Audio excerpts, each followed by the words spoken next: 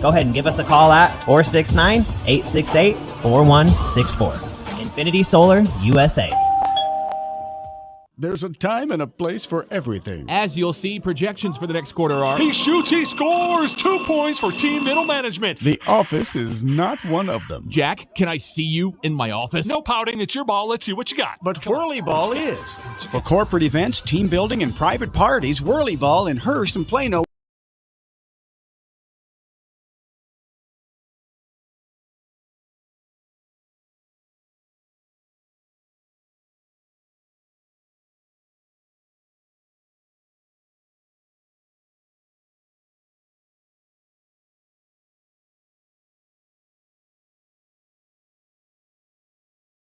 Attic and transform your living spaces by transforming your attic. Energy Attic uses a 3-part energy reduction system to make your home or office as comfortable and energy efficient as possible, saving you money, reducing your carbon footprint, and improving indoor air quality. Who doesn't want to save money, breathe cleaner air, and sleep better? Energy Attic helps improve your home climate control, reduces those cold and hot pockets, makes it more comfortable throughout, and saves you up to 40% on your energy bill. It's fast and easy to schedule your free Energy Attic audit. Simply visit energyattic.com and fill out the form. Virtual appointments are available as well. Now is the time to get your project started. So let Energy Attic show you how much you can love the comfort of your home. energyattic.com. Attic solutions to transform your life. This broadcast is under the direction and is copywritten by Champion Sports Radio. Any rebroadcast, retransmission, or use of the audio stream, and any and all other use of the accounts of this broadcast without the direct written consent and permission of Champion Sports Radio is strictly prohibited. All rights are reserved by Champion Sports Radio and ChampionSportsRadio.com. This is a presentation of Champion Sports Radio, your home for championship broadcasts.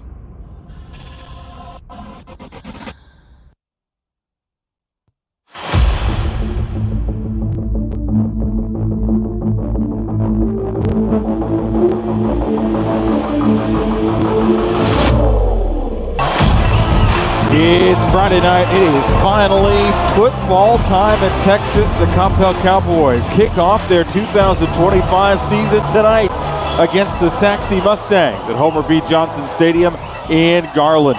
That's where we are right now. Hi, everybody. I'm Tom Dewar. Excited to be back for season number 7 as the play-by-play voice of the Coppell Cowboys. Dakota Burke will be by my side once again, and he'll join me in just a moment. Time for the Energy Attic Countdown to Kickoff pregame show. Get your free Energy Attic on it by going to energyattic.com. Your countdown to kickoff time now stands at 16 minutes and 55 seconds. Time for your pregame headlines brought to you by Frost Bank. Following back-to-back trips, 3 rounds deep in the playoffs, the Cowboys enter the 2025 season with a much different look, a lot of new names and faces, and we'll break all that down for you. Coach Wiley enters his 4th season at the helm of the Cowboys. What's on his mind as we get ready to kick off another pursuit for a state title? We'll hear from him in depth tonight. And it will be the Cowboys and the Mustangs to kick off the season once again. This has become a bit of a non-rivalry rivalry when these two teams get together. It is always a great matchup. Kickoff time is about 15 minutes away here. Time to welcome in Dakota Burke. Dakota, as you get set to start your 4th season with the Cowboys, what do you see as the identity of this team this year? Well, the funny answer is offensively, who knows, because it's such a whole new crop of guys offensively. But defensively, there's some experience there, most notably the Robertson Wonder Twins, as I call them, Tyree and Tyrell. They're going to be the leaders on defense. There's a few other guys, and we'll get to those guys as we go along that are coming back as well. But 7 returning seniors and starters, most of them all on the defensive side. So it's a whole new team. So to answer your question, I don't know. I haven't seen them play yet. Sachse is kind of in the same boat as we mentioned a few minutes ago. These two teams, pre-district rivals. Cowboys, though, have won 6 of the last 7, which begs the question, is it really a rivalry when you do that, including winning the last 5 straight? You know, most people say no, but here's what I will say to give Sachse some credit. There have been three of those wins that Coppell has had. They've been by a touchdown or less. So there's been a little mix of some blowouts. There's been a mix of some close games, in between. So at the end of the day, yes, Coppell has a big advantage, but do not put Sachse on the wayside. Do not take them for granted, especially when both these teams are new. Anything can happen. You know, we'll hear from Coach Wiley about it in a few minutes and as the night goes on, but what are your expectations? What do you think this team could accomplish this year?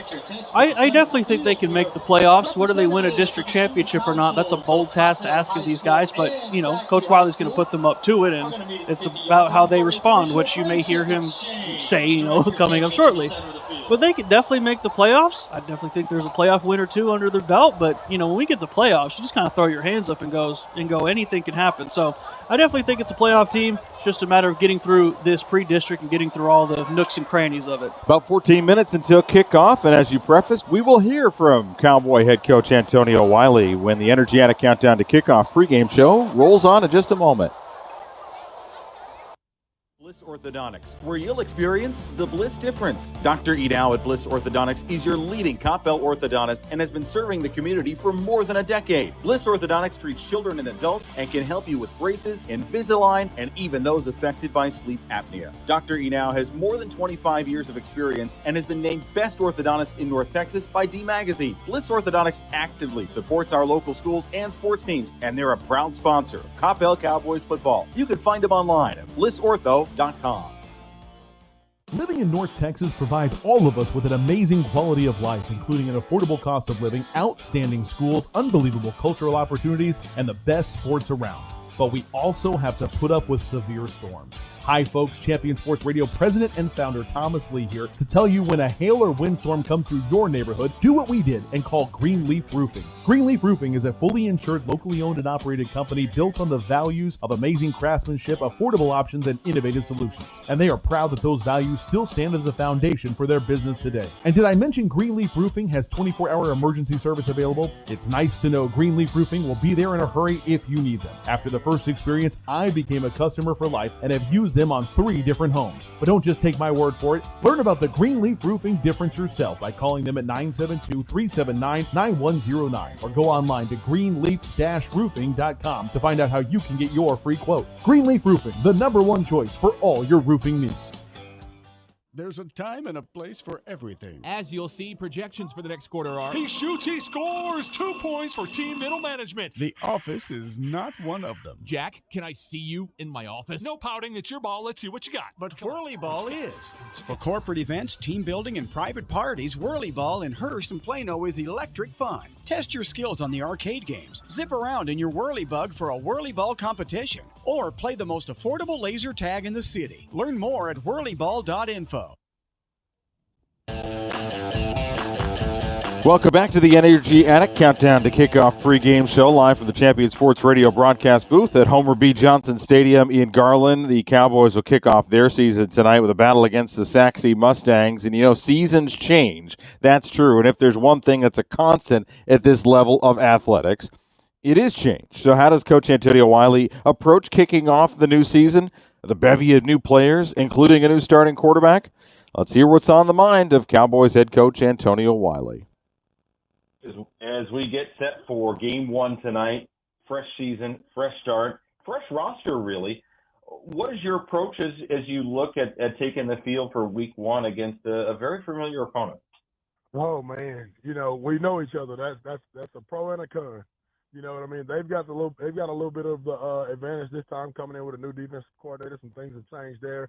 For the last few years, everybody's been the same, and it's just been who can put together the best game plan to find out a way to come out with a victory. And we've been fortunate to come out on top of the scoreboard the last few years. But I just think that a game like this against Coach Barron's team, I know they're going to be ready. And with our youth, we better strap on tight. It's going to be a heck of a ball game. It's always a good game when you guys get together. We'll get back to that at the end of the interview. I want to spend a minute here on, yes, new look roster, a lot of new faces, a lot of new names. Probably the biggest one under the biggest and brightest spotlight would be Carter Zingelman. And what does he bring to you as your starting quarterback here in 2025? I mean, he brings a level of athleticism. He's also, really a really hard worker. He takes care of his business on and off the field. He brings a level of maturity that you don't think you would get from a sophomore athlete. So I think he brings us a chance to win a ball game. That's the main thing. and I know we'll get a little bit more into his character during our conversation that we'll have on the broadcast at halftime. Let me just ask you this.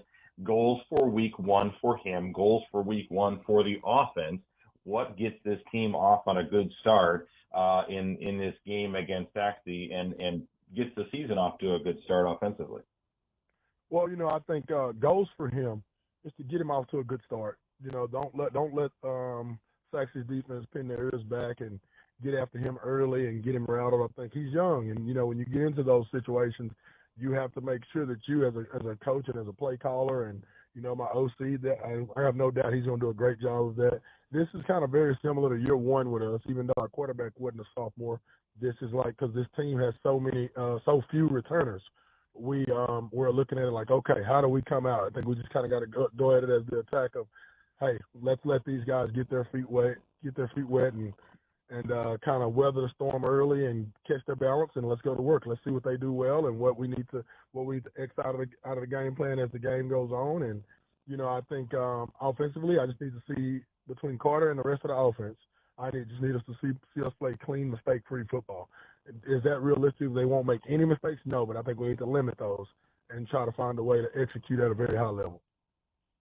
He's got some other weapons and some other new members with him. Jaden George, Dylan McAfee. He's got wide receivers that are new to a lot of listeners. What are some of the things that excite you on offense this year? I think our ability to be multiple. I think we've always been a really multiple team, but I think, you're going to see some different wrinkles and things like that from us. And I think hats off to Coach Narraghan and the offensive staff. They've went out and we hadn't reinvented the wheel. We've just kind of went out and fine-tuned it and made sure that it works for our group that we have now. I think, the sign of a good coaching staff is that they can adapt to what they have in their locker room and their huddle year in and year out. A little bit more of returning experience on the defensive side of the ball with the Roberson twins, and I think the emphasis is on a little bit more returning experience. But defensive philosophy going into this year, and can it live up to the takeaway defense that we saw in past years for Coppell? I mean, creating turnovers and being an aggressive defense, that's our style of defense. That's not going to change. I mean, will it look different because there's a different number doing it or a different kid doing it, a different jersey? Absolutely. But the expectations are the expectations and the standards are the standards. So that's not going to change. We expect our kids to fly around, be physical, and try to do their best to impose their will on our opponents week in and week out. As you mentioned earlier, there's a lot of familiarity. You and Sachse start the season off against each other. These games are always tight. They lend themselves to tight games. They're always good games. What's a win this week, and what leads to a win for you guys this week? I think if we can find a way to win the third down battle, win the turnover battle, and stop the run game. If you can be good in those areas, you're probably going to have a great chance to come out of it with a W. Coach, thank you so much. We'll hear a little bit more from you at halftime. We thank you for your time, and good luck tonight. Yes, sir. Thank you. Names may change, standard remains the same, and the standard is what you heard Coach Wiley talk about, and he'll talk about it again when we join him at halftime this evening. All right, our interviews with Coach Wiley this season brought to you by Bailey Orthodontics, offering customized treatment for every smile in Coppell. Learn more about Bailey Orthodontics at coppellortho.com. Countdown to kickoff, about 6+ minutes left. When we come back, Dakota will break down this new look lineup, and we'll have his keys to the game. This is the Energy Attic Countdown to Kickoff pregame show. Those with pure food indulgence, Anamiya's Tex-Mex is the place for you. Anamiya's uses the freshest ingredients in all dishes to offer you the best dining experience. Treat yourself to more than 50 menu choices from the classic to the creative Mexican dish. And not only is Anamiya's the best Mexican restaurant in Coppell, but they're also a top Dallas caterer. Located on the northwest corner of Denton Tap and Sandy Lake, remember, everyone goes home happy after eating Anamiya's. Anamiya's, where contemporary meets sabor. Online at anamiyas.com. Are you looking for your young athlete to take the next step? Then check out Performance Course, the #1 training program in the country for school-age athletes. Performance Course is an unrivaled approach to progressively improving athletic ability. This unique course combines sound, proven strength and conditioning principles with the latest methodologies in a dynamic training environment to give your athlete a physical and mental advantage over the competition. Check out the available Coppell ISD-specific courses online by clicking on the Coppell logo at performancecourse.com. Hey, yo, student section! I'm here with your boy Cowboy Carl, and we need to tell you something. The Mix is a party that happens every Wednesday night at Fellowship Church for all students, and I'm telling you, there's nothing like it. Follow at The Mix FC for all the details, and go Cowboys! Do you feel your home is too humid and slightly musty? Do you have that room or side of the house you don't use because it's too hot or too cold? Do you have family members struggling with health issues or allergies? Then contact Energy Attic and transform your living spaces by transforming your attic. Energy Attic uses a 3-part energy reduction system to make your home or office as comfortable and energy efficient as possible, saving you money, reducing your carbon footprint, and improving indoor air quality. Who doesn't want to save money, breathe cleaner air, and sleep better? Energy Attic helps improve your home climate control, reduces those cold and hot pockets, makes it more comfortable throughout, and saves you up to 40% on your energy bill. It's fast and easy to schedule your free Energy Attic audit. Simply visit energyattic.com and fill out the form. Virtual appointments are available as well. Now is the time to get your project started. So let Energy Attic show you how much you can love the comfort of your home. energyattic.com. Attic solutions to transform your life. Welcome back to the Energy Attic Countdown to Kickoff pregame show, live from Homer B. Johnson Stadium in Garlington. We're trying to get to Arlington. We're in Garland, though, tonight. Cowboys will kick off their 2025 season against the Sachse Mustangs. We're in preseason mode, too. But you can listen to every Cowboys game for free right here on Champion Sports Radio. Countdown to kickoff time, 3 minutes, 25 seconds. Tom Dewar, Dakota Burke joins me again now. You've been breaking down this new look roster and going to highlight some of the names you're going to hear this season. Yeah, and we'll do this throughout pre-district just to try to get as many new folks as possible because there's a lot of them. We'll start with the heavy hitters. First off, you've heard the name. Carter Zingelman comes from Argyle Liberty Christian. If that name sounds familiar somehow, their head coach, Jason Witten. You heard of him before?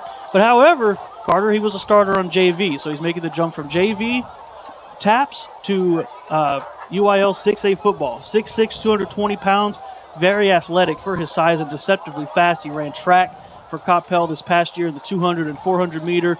Ran a 23.53 in the 200, 53.17 in the 400. I don't have to tell you that's fast. He's got offers from Baylor, Houston, Midwestern State, North Texas, and UTSA, and that's just the beginning of it. He's a sophomore on the sheet, but on the film, he's a veteran with poise on the film. Never seems to be in a rush when facing pressure. Makes every throw almost look almost too easy. Throws in the pocket on the run. He has great accuracy. How is he going to handle the jump from JV taps to being a starting quarterback in 6A football? Then you have the running back, Jaden George. If you heard that name, because he comes from Geyer. His mother actually teaches in the Coppell District school system. 5'8", 190, but he can squat up to 510 pounds. To put that in perspective, that's more than some guys on the offensive line. So he's a little bit strong. His size and strength creates a shifty, quick turn of direction running back, not afraid to run you over. He's really good at finding what I call the path of least resistance. Basically, he knows how to hit the hole and find it. Pretty much on everyone's watch list for 2027 running backs, with some even saying he could be a top 10 running back in the whole state. He has offers from Rice and Yale, which means he's not just good athletically, but he's amazing academically, and he seems to be a natural fit for someone that Coach Wiley looks for in an athlete. And last but not least, we got Jaden Bibbs. You'll see him as the cornerback on this defense. Last season at Lake Dallas is where he played 5'10", 165, a 4.4 40-yard dash. He's got offers from Stephen F. Austin, Texas State, Texas El Paso, UNLV, and Wake Forest. Again, folks have him as a top 25 defensive back in 2027. Ironically, most of his film involves him making tackles and blocked field goals, showing he can do a little bit of everything at that position. 3 blocked field goals, 2 interceptions last season, along with the 30 tackles. He can play man or zone coverage. He should be not just a key piece defensively, but disruptive on special teams. Dakota, you should know by now, I love when you break things down, but I got to say this. Enough talk. It's time to kick off the 2025 season. The Cowboys and the Sachse Mustangs, the long-awaited season opener, live on Champion Sports Radio. And it kicks off next. As the sole provider of the Coppell High School mouthguards, Dr. Bailey and his team have been proudly perfecting and protecting Coppell smiles since 1987. From Invisalign to braces to early treatment for your little smiles, Dr. Bailey will craft a customized treatment for each and every smile in our lovely community. Learn more about who they are and what they do by visiting CoppellOrtho.com. That's CoppellOrtho.com. Bailey. At Frost, it's about award-winning service. When you have an account with Frost, you have a relationship with Frost. They'll answer the phone when you call 24/7 right here in Texas, and they'll be there for you with a square deal and prudent financial advice and tools to help you with all the milestones in the years ahead. Frost is your corner and around the corner. Frost is expanding across the Metroplex, and they're committed to supporting the communities they serve. While other banks are closing locations, Frost is bringing their people from banking, investments, and insurance into more corners of the Metroplex. Deposit and loan products are offered through Frost Bank, member FDIC, equal housing lender. UT Southwestern is the proud sponsor of Coppell High School's First Responders Night. Along with its main campus in Dallas, UT Southwestern sees patients in Frisco, Richardson, Plano, the Park Cities, Las Colinas, Fort Worth, Redbird, and now open in Coppell. UT Southwestern is the #1 hospital in DFW, named by U.S. News and World Report. Thank you, first responders. Go Cowboys!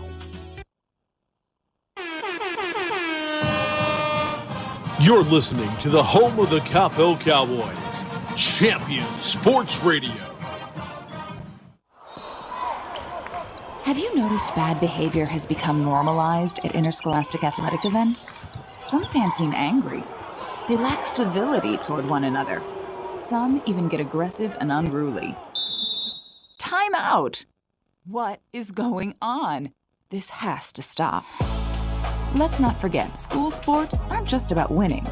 And they're definitely not an excuse to take your frustrations out on the official or the opponent. They're about teaching lessons like perseverance, respect, and empathy, so students can learn and grow as people, not just as players.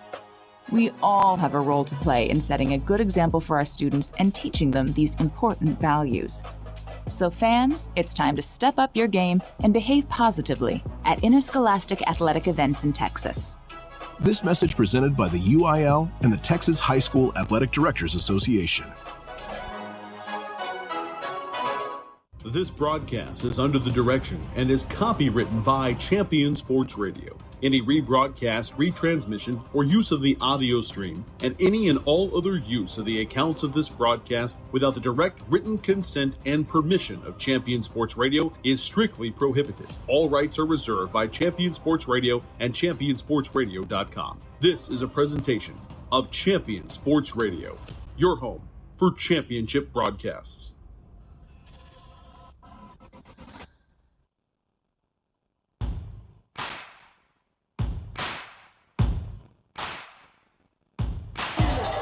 From Homer B. Johnson Stadium in Garland, it's time to kick off the 2025 Coppell Cowboy football season. The season opener pits the Cowboys against a familiar foe, the Sachse Mustangs. Hi again, everyone. Alongside Dakota Burke, I'm Tom Dewar. Great to be back with you to kick off another year of Coppell Cowboy football, broadcasting coast to coast and around the world on Champion Sports Radio. Dakota, we talked about it in the pregame show. We heard a little bit from Coach Wiley. New look team. Standards are the standards. The expectations remain the same. Yeah, you're not going to change your standards because it's a whole new team. Coach Wiley's not out there to be a sub-500 coach. He doesn't want his team to be a sub-500 team. The expectation is to win, limit the mistakes, and keep doing what you've been doing ever since you stepped foot on this campus. I don't know if you noticed this, but a cool front, and I use that term loosely, a cool front has moved through North Texas. It's a great night for football. Your Infinity Solar USA kickoff temperature, 79 degrees. 79 degrees in August. Better than most. Get your exclusive discount, your free solar savings report today. Here's one name you may remember, Jaden Tidwell taking over the kicking duties for the Cowboys. He's got the ball on the tee as the Cowboys won the toss and elected to defer to the second half. So Tidwell with the ball teed up at the 40-yard line. The familiar sprint up to the ball by the Cowboys, and now they back off. Some things never change. And some things don't need to change. So Tidwell with the ball on the tee at the 40. Cowboys will be kicking towards the video board end here at Homer B. Johnson. Both fan bases ready to get it started, and we are underway from Garland. And true to form from a Cowboy kicker, Tidwell punches that out of the back of the end zone. Death taxes, and the Cowboys are going to have a good kicker. And you know what? Jonathan Yole, he's the punter. He's a junior. He's going to step right up and take that position as soon as Tidwell graduates. And we already have a flag on the field.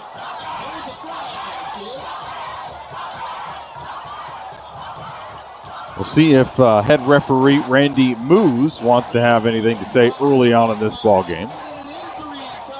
They're going to say the Cowboys were offside on the kickoff. So will Sachse elect to have him kick again? I don't believe they will, just based on the personnel they have out there. And so the ball will be placed as a 5-yard penalty. The ball should be placed at the 30-yard line instead of the 25. So from the 30-yard line, the right end of the stadium, the Sachse Mustangs have the ball first. In all Navy. Navy jerseys, Navy pants, Navy helmets, and Dirk Williams Jr. in the shotgun to get things started. 12 minutes on the clock. A fresh season ahead of us. First snap is a handoff and a burst up through the middle by the running back. That is Roderick Rainwater, and Roderick Rainwater has a heavy load in front of him and on his shoulders. He replaces Brendan Haygood. All he did last year was win the district MVP award. Yeah, all he did was get 1,600 yards, score 17 times. Williams in the shotgun. He's got Rainwater to his left. Turn, the give is a fake, and a lot of room for Williams to run up the middle. He's past midfield. He's going to be chased down by Jaden Bibbs if he's able to get him, and they finally track him down inside the Cowboy 15-yard line. A massive play from scrimmage and a big gainer for Sachse that has them knocking on the door early on. And Dirk Williams just running a good RPO there. He only had 311 rushing yards and 6 touchdowns last year, but you know that's him as a junior. The senior version of him has been working on his deep ball, but right there he just ran deep and got over to the 13-yard line, getting into the red zone early. It's a first down and 10 for the Mustangs on the first possession of the ball game. Right hash mark as they drive towards the left end of the field. Rainwater is in the shotgun to Williams' sidecar right. He goes back to Rainwater, stutter step move, finds a little bit of a crease up the middle, spins his way down to the 11-yard line before he's brought under tackle, brought down by Cordarius Uday, was in on the tackle for the Cowboys. He's going to come off the field. A quick change of personnel here. 3 straight running plays for the Mustangs to get things started. They now have a 2nd down and 7. Inside 11 minutes to go, quarter number 1. Glad to have you along with us. Mustangs are driving here, looking to score the first points of this ball game and of this young season. Rainwater is to Williams' left in the shotgun. There's your first pass play, and it is complete inside the 10-yard line, down to about the 7. Snuffed out there quickly by the Cowboys. It looked like Tyree Roberson was the one who made the stop. He was assisted over there by Braylon Powell, it looked like, coming off the defensive line. So the first pass now sets up a 3rd down and about 5 to go from the 7-yard line. Right hash mark, left end of the field. Shotgun snap to Williams. Drops, looks, throws. He's got a completion to Brendan Quinn, and he is brought down by his ankles by Maiden Montague. Madden Montague brings him down for no gain at all, setting up a 4th down.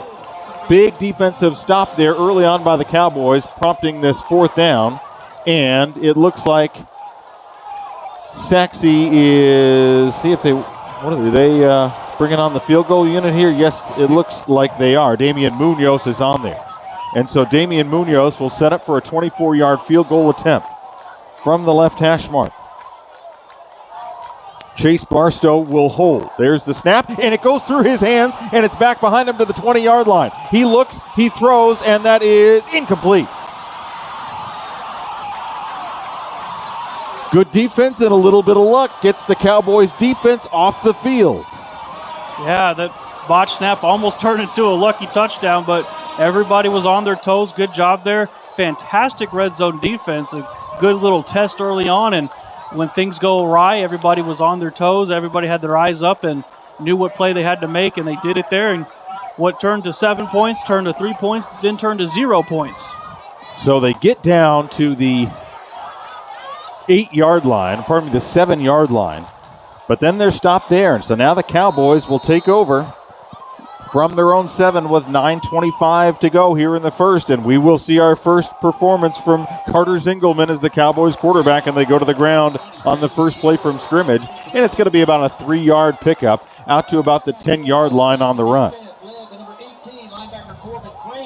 So much of this drive is going to be really just getting your feet wet. This is the first in-game action of the season for everybody on the field, especially for this offense. So it's about getting comfortable, making sure you don't make any, mistakes early on. And if you do, just learn from them. Jaden George is in the backfield, takes the handoff, and he is swallowed up at the line of scrimmage. He's able to fall forward for a pickup of about a yard there. Cowboys, oftentimes we saw them last year script those first few plays, script that first drive. Got to believe they're doing the same, and that's something we'll hear from Coach Wiley, is the fact that you kind of have to be a little bit more scripted when you have so many new guys out there. Zingelman in the shotgun. Look like they may have gotten Sachse to jump. They do. Free play and a big completion down the left sideline, and it is out of bounds at the 35-yard line. Great grab by Crew Davis, who was leaning back and picks that one out of the air from Zingelman. Would have been a free play first down, but the Cowboys decided to do a little bit of their own work. Yeah, why not? In his first throw, a nice little throw there to Crew Davis, who was wide open on the sideline, put it right where it needed to be. So a good job there from Carter and Crew on the first passing play of the drive. First down and 10 for the Cowboys, driving from left to right in all white tonight on the left hash mark. Zingelman alone in the backfield, takes the shotgun snap. Nice pick off to the air there by Jaden George, and he is out to we're going to give him the 46-yard line, an 11-yard pickup there. Cowboys are moving methodically down the field as they use that running back screen. Out to the 46, pickup of 11, ball on the left hash mark. Cowboys driving towards the video board end on a first down and 10 with exactly 8 minutes to go. They nearly had Sachse jumping again on the left end of the line. Something the Cowboys offense are going to try to take advantage of.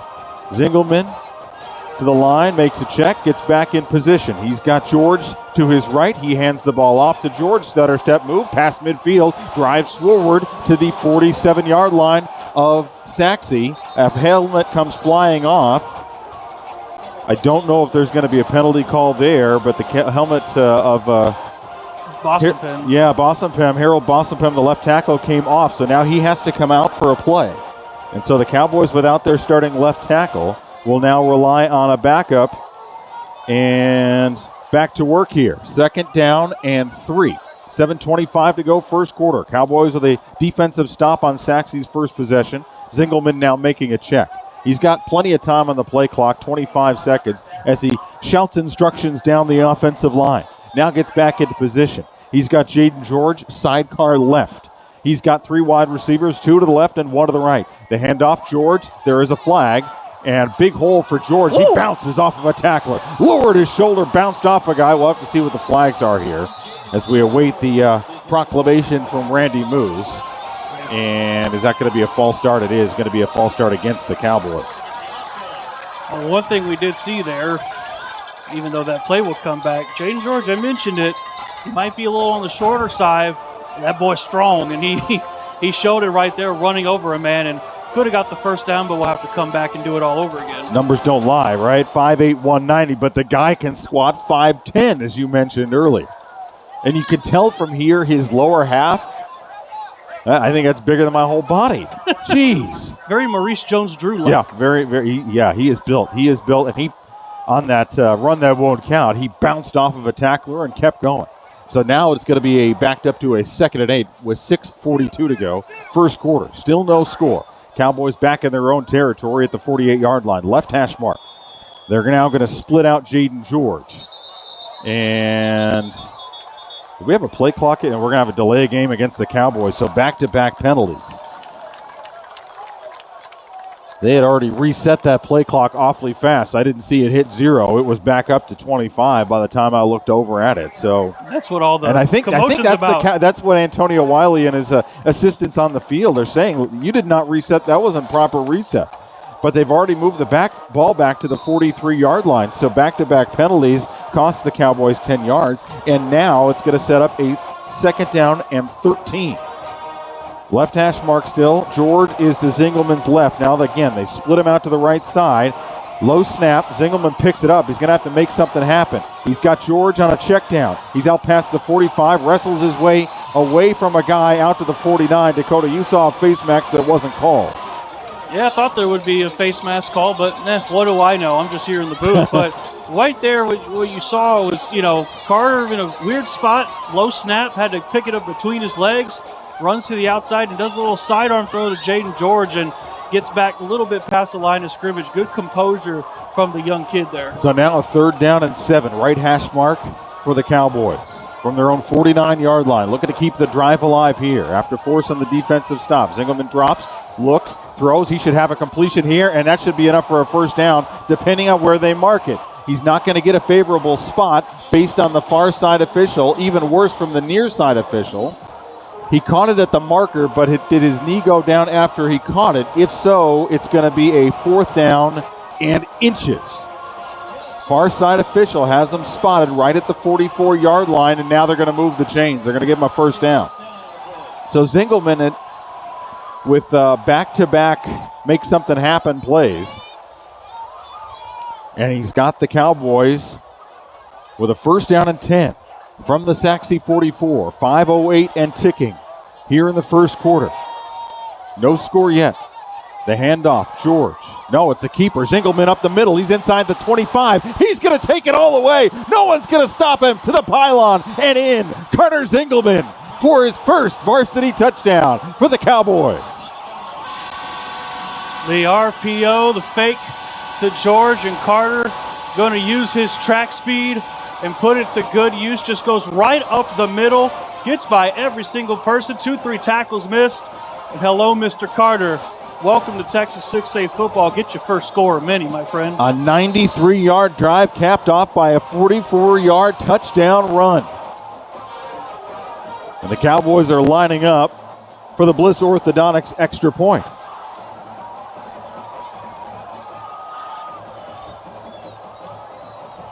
Jaden Tidwell on.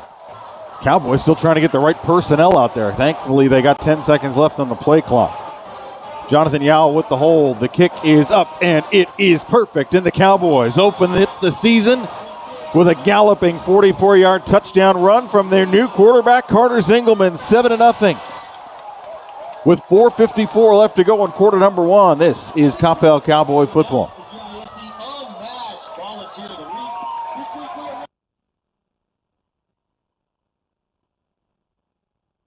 Orthodontics, where you'll experience the Bliss difference. Dr. Edau at Bliss Orthodontics is your leading Coppell orthodontist and has been serving the community for more than a decade. Bliss Orthodontics treats children and adults and can help you with braces, Invisalign, and even those affected by sleep apnea. Dr. Edau has more than 25 years of experience and has been named Best Orthodontist in North Texas by D Magazine. Bliss Orthodontics actively supports our local schools and sports teams, and they're a proud sponsor of Coppell Cowboys football. You can find them online at blissortho.com. UT Southwestern is the proud sponsor of Coppell High School's First Responders Night. Along with its main campus in Dallas, UT Southwestern sees patients in Frisco, Richardson, Plano, the Park Cities, Las Colinas, Fort Worth, Redbird, and now open in Coppell. UT Southwestern is the #1 hospital in DFW, named by U.S. News and World Report. Thank you, first responders. Go Cowboys!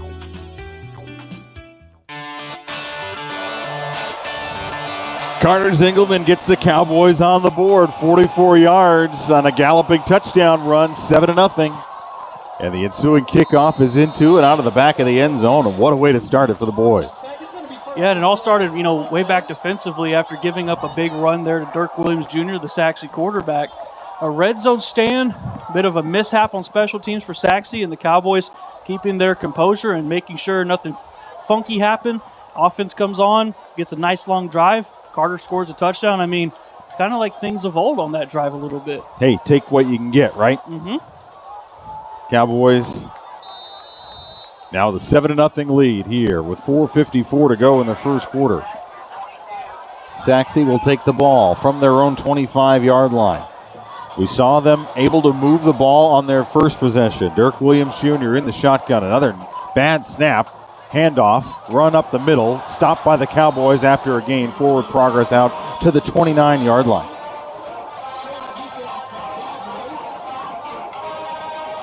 Cowboys defense is where they have the most returning experience. So Antonio Wiley telling us that's where he expects to lean, at least for the first part of the season. And that everything on the roster, and I mean everything, is fluid. 2nd down and 6 for the Mustangs from their own 29-yard line with Williams in shotgun formation. He's got a running back to his left, hands the ball off, big hole off the right side, and turning the corner and galloping out past the 45 close to midfield is Roderick Rainwater. And Rainwater with another big gainer there. He's into Coppell territory to the 46-yard line. Cowboy run defense looking a little suspect here early on. See how they're able to recover here on this drive. They have some returning experience in the front 7. Braylon Powell, Aduve Nesayama, Aaron Isbell moves over to the defense. We heard Madden Montague's name a little bit earlier. He made a nice big stop. 1st down and 10 for Garland from the Cowboy 46. Low snap. It's going to be a keeper. Williams now dishes it out, and it goes through the hands of his intended receiver, Chase Barstow. Wouldn't have been a big gainer, and he was falling backwards out of bounds, so he probably only would have picked up about 2 yards. But the Cowboys take advantage of that now. 2nd down and 10 for Sachse from the Cowboy 46, right hash mark. With 4:02 and the clock stopped here in the first quarter. Cowboys with a 7-0 lead. Still haven't had an opportunity yet. All these runs, haven't seen the pass defense really much. So I'd imagine at some point on this drive, see if Sachse tries to go through the air and see what they can get out of it. Williams in the shotgun. He's got Micah Hill with him. Now Williams is going to try to take off, and he is brought down back behind the line of scrimmage, back on the midfield stripe, right on the numbers 50-yard line, far sideline. Big stop there. Braylon Powell is in on that, as was Aduve Nesayama. So a sack for the Cowboys. And that'll bring up a 3rd down and 14. The Cowboys defense making plays when they need to. They've allowed some chunk yard plays early on, but they've stepped up and gotten stops. You heard Antonio Wiley talk about the need to get off the field on 3rd down. Here's the 3rd and 14 with 3:23 to go in the first. Williams looks long, throws long, and nearly a one-handed grab made by Marcus Roden just off his fingertips. It falls to the carpet. Jaden Bim in good coverage by Bibbs. And that will bring up a 4th down and 14 and a for sure punt situation here for the Mustangs. And Jaden Bibbs did a great job on his man the entire time, was step for step with him, just making that pass just a little bit tougher for him to catch. And right there you see Jaden Bibbs. We mentioned him earlier in pregame, one of the new guys on the team, and early on making a good play there. Nice collection of Division I offers for him so far.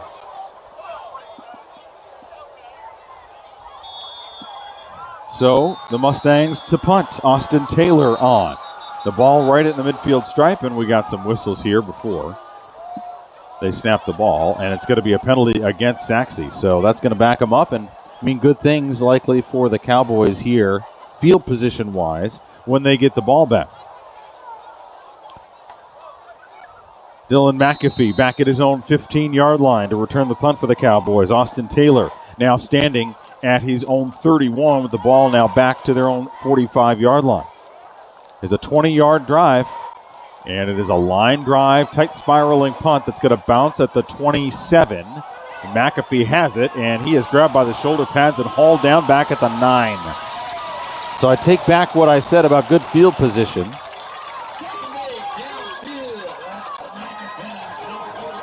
But the Cowboys are happy to get the defense off the field, get the Sachse offense off the field, get their offense back on as they have a 7-0 lead. They're going to look to add more to that.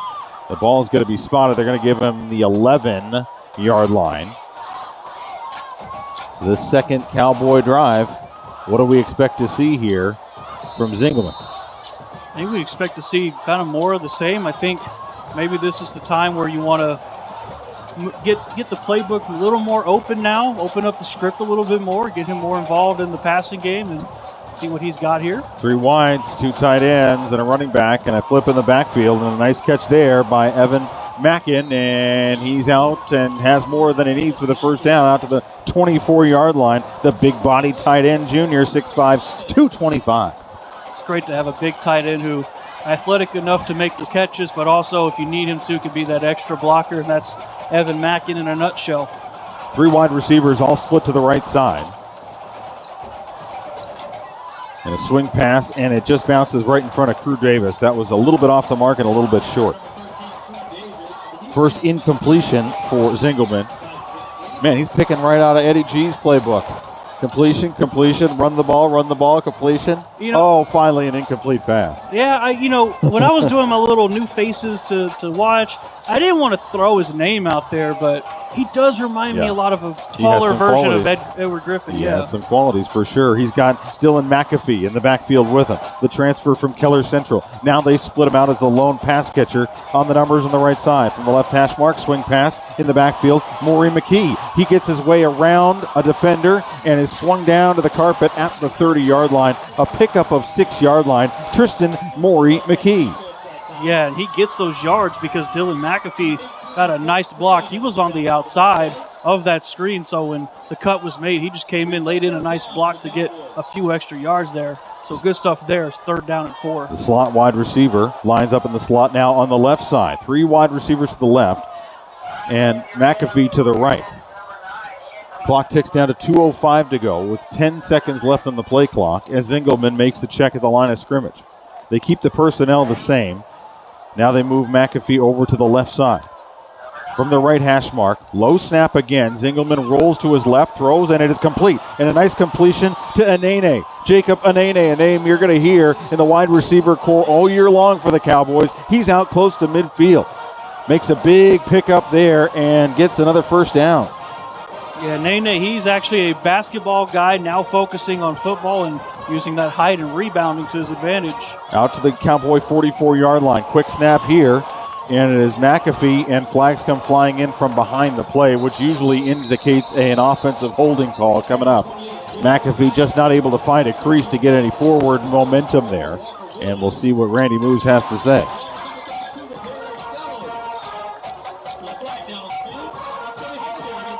Can't hear the number of the guilty party there, but it is a hold against the Cowboys.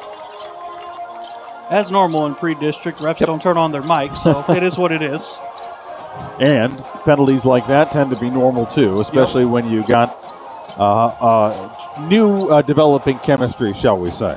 Yeah, one of the keys to get by this week is, look, you're going to make the mistakes, but don't learn from them to get better next week. Learn from them now and improve as the game goes on. We don't need to wait till next week to get better. From the 34-yard line now, a first down and 20 for the Cowboys. The handoff and a little bit of a crease, but not much there.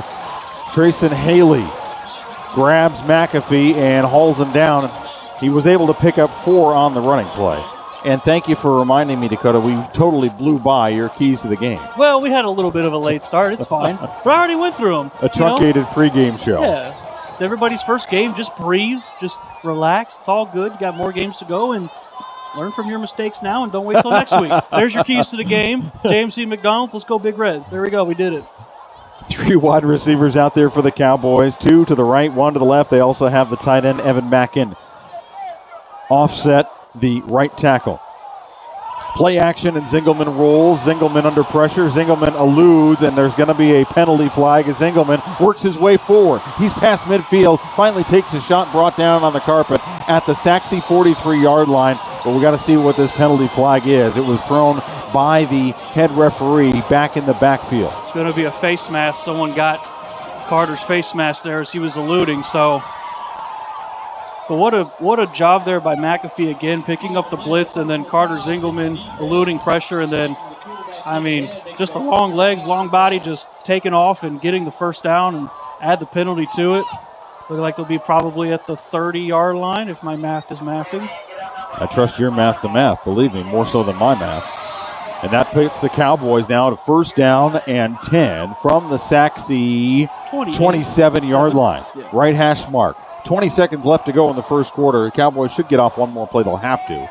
There's about a split-second difference between the play clock and the game clock. Zingelman, screen to the right side, caught by Anene, takes a shot. He's inside the 20, falls out of bounds.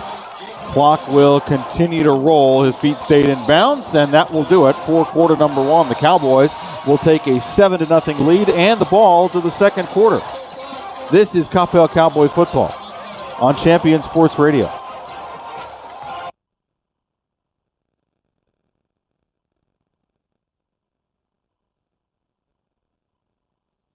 Hey y'all, it's me, Cowboy Carl, and I'm here to tell you something. All students need to be at the Mix every single Wednesday night. It's a party. I'll see you there. Follow at the Mix FC for more details, and go Cowboys!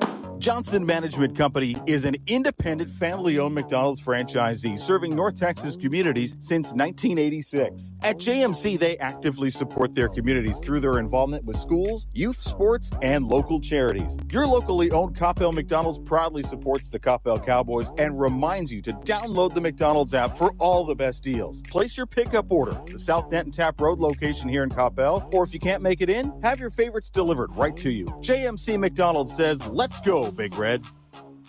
To the second quarter we go. Cowboys with a 7-0 lead. Tom Dewar, Dakota Burke with you here at the Champion Sports Radio broadcast booth at Homer B. Johnson Stadium. Cowboys with the early lead over the Mustangs. Second quarter brought to you by Bailey Orthodontics. From Invisalign to braces to early treatment for little smiles, Dr. Bailey will customize treatment for every smile in Coppell. Learn more at CoppellOrtho.com. Cowboys start the second quarter in the Frostbank red zone. Frost, it's about award-winning service. They have the ball for second down and 1 from the 17, and McAfee is going to be wrestled down, hauled down after a loss of a yard, so that's going to bring up a third down and 2. Handoff just was not able to make anything happen before Zaven Ramsey was able to wrestle him down to the carpet. So a third down and 2. From the 19-yard line, just inside the right hash mark, as the Cowboys now drive from right to left on your, they used to say radio dial, your internet streaming browser. I don't know. It's a dial. Zingelman, the handoff. McAfee's got the first down and a flag late as he crashes down to the carpet at the 15-yard line. We'll see what this penalty is. And I think the Cowboys are ready to retreat, but they're pointing towards Sachse, so it's everybody's we'll let fault. Randy Moose handle it. Yeah, it's everybody's fault. Blame everybody. Yep. Hey, if the team that does the most pointing, right? Right. They're the ones who are the innocent party.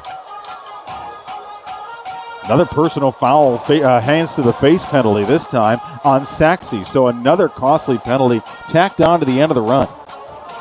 Well, and that's, when you get this first game, we talk about penalties that will be made. The other team's going to make penalties too, so just make less penalties to them. You're going to be in a good spot. And 7-0, you might try to put up another touchdown and be up 14-0. They're cruising for more right now. The ball's going to be spotted center of the field at the 7-yard line. Zingelman in the shotgun. He's got Evan Mackett out there for some extra protection. He's got McAfee. He hands the ball off to McAfee, finds a crease, runs over the left tackle, and he's inside the 5, down to about the 2.5, 3-yard line. First down run there sets up a second down and goal. Pretty early on, I think we're seeing a pretty solid outing from both running backs. May flirt with the idea of a 2 running back system as we go throughout the rest of the season. Now, of course, we'll be pending to see, but so far, looks like something that could work out. Timeout on the field, this one taken by Sachse. Team timeout brought to you by Anamia's Tex-Mex for those with pure food indulgence. Anamia's is the place for you. They use the freshest ingredients to offer you the best dining experience in Coppell, Denton Tap, and Sandy Lake Roads, and online anytime at anamias.com. You mentioned the 2 running back system. We saw that so much last year, and it worked out so well. It offered so much for the Cowboys offense. Yeah, it was a lot of thunder and a lot of lightning over the past couple of years in Coppell, so with 2 new running backs, literally 2 new running backs, you don't know what you got. But so far, Jaden George has been, a good running back, catching the ball. McAfee's been running the ball well and getting some good key blocks in situations. So both guys are, providing what they need to get some playing time. And you know what? 2 running backs has worked before. Why couldn't it work again? You're going to hear Coach Wiley talk about it, I think, at halftime here. If I remember in his interview that we did with him, talking about being multiple. One of the strengths of this team is going to be being multiple on offense, and that's exactly what that means, being able to run, being able to pass, being able to give different looks. Right now, the Cowboys have a 2nd down and goal. From the left hash mark, 3-yard line. Zingelman in the shotgun. He's got McAfee just offset his left side. Hands the ball low. It's a fake. And Zingelman puts his shoulder into it and takes it in for the touchdown. 2nd touchdown rushing for Zingelman on the night. This time a 3-yard run. Zingelman once again, just a good RPO and just diving for the end zone on that one, getting his 2nd rushing touchdown of the night. Just being the dual threat quarterback that he is, and the Cowboys so far looking really good. Cowboys go out there to line up for the Bliss Orthodontics extra point, and they're using what former Cowboy head coach Mike DeWitt used to call the swinging gate or the rusty gate or whatever he used to call it. Now they get into a more traditional formation for Jaden Tidwell to kick this one. The snap is good. The hold is good. The kick is even better. It's on the roof of the field house. And the Cowboys have a 14-0 lead with 10:33 left to go here in the 2nd quarter. This is Coppell Cowboy football. For those with pure food indulgence, Anamia's Tex-Mex is the place for you. Anamia's uses the freshest ingredients in all dishes to offer you the best dining experience. Treat yourself to more than 50 menu choices from the classic to the creative Mexican dish. And not only is Anamia's the best Mexican restaurant in Coppell, but they're also a top Dallas caterer. Located on the northwest corner of Denton Tap and Sandy Lake, remember, everyone goes home happy after eating Anamia's. Anamia's, where contemporary meets sabor. Online at anamias.com. There's a time and a place for everything. As you'll see, projections for the next quarter are... He shoots, he scores. 2 points for team middle management. The office is not one of them. Jack, can I see you in my office? No pouting. It's your ball. Let's see what you got. But Whirly Ball is. For corporate events, team building, and private parties, Whirly Ball in Hearst and Plano is electric fun. Test your skills on the arcade games. Zip around in your Whirly Bug for a Whirly Ball competition. Or play the most affordable laser tag in the city. Learn more at whirlyball.info. Carter Zingelman has the Cowboys out to a 14-0 lead. Back-to-back rushing touchdowns for him. 10:33 left to go in the first half. Tom Dewar, Dakota Burke with you here in the Champion Sports Radio broadcast booth as Cowboys open up the season on the road at Homer B. Johnson Stadium. A couple of good defensive stands by the Cowboys defense, and we'll see them take the field again as this kickoff goes into and out of the back of the end zone. So Sachse will take the ball at their own 25-yard line. One thing to mention, Cowboys have had long fields in front of them when they have taken the ball, when they have taken possession. Touchdown drives of 93 yards and 89 yards. Yeah, the Cowboys, field position. Of course, they want better field position, but they're going to take what they can get, and they've been doing well so far. Hey, real quick, 2nd quarter brought to you by the Mixed Youth Movement, a party every Wednesday night at 7 at Fellowship Church. Be a part of the incredible music, amazing giveaways, and meet some great people. The Mix of Fellowship Church is on social media. Follow them at The Mix. Dirk Williams in the shotgun as Sachse drives in this 2nd quarter from left to right.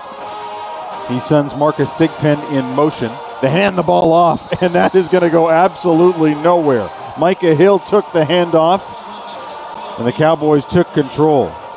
Godson Osuji was right there to say, good evening, Mr. Hill. Let's go back this way for a little bit. So driven him back to the 21-yard line, a loss of 4, and that was actually a loss of a whole lot more. And the Cowboys defense has gotten through some holes, some of them untouched, and Osuji just kind of did that right there. No one really blocked him and found a way to the running back, get that loss of 4. 6'2", 210 senior on the defensive end. Cowboys defense looking ready to tee off here as Tyree Roberson was just ready for the snap before he pulled off the corner blitz. Cowboys take a timeout here. I believe it's the Cowboys who took that timeout. This timeout brought to you by Infinity Solar USA. Own your own power by going solar. Call Infinity Solar USA. Locally owned and operated, and they have helped thousands of homeowners become their own power company.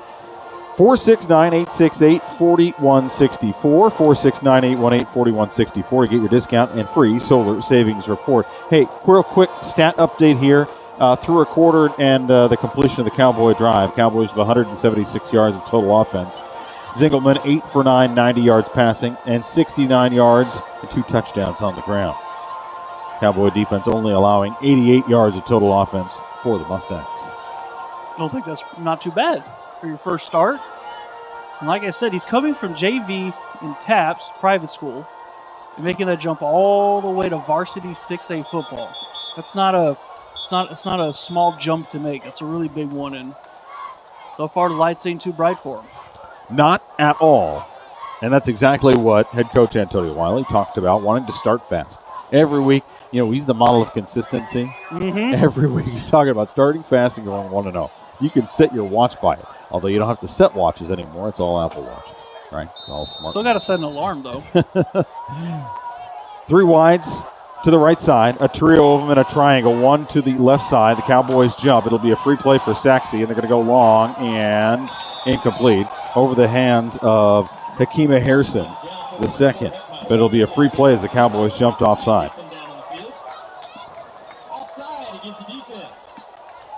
So a 5-yard penalty will make it a 2nd down and 9 after the 2nd down and 14. That should move the ball back to the 26-yard line, if my math is correct.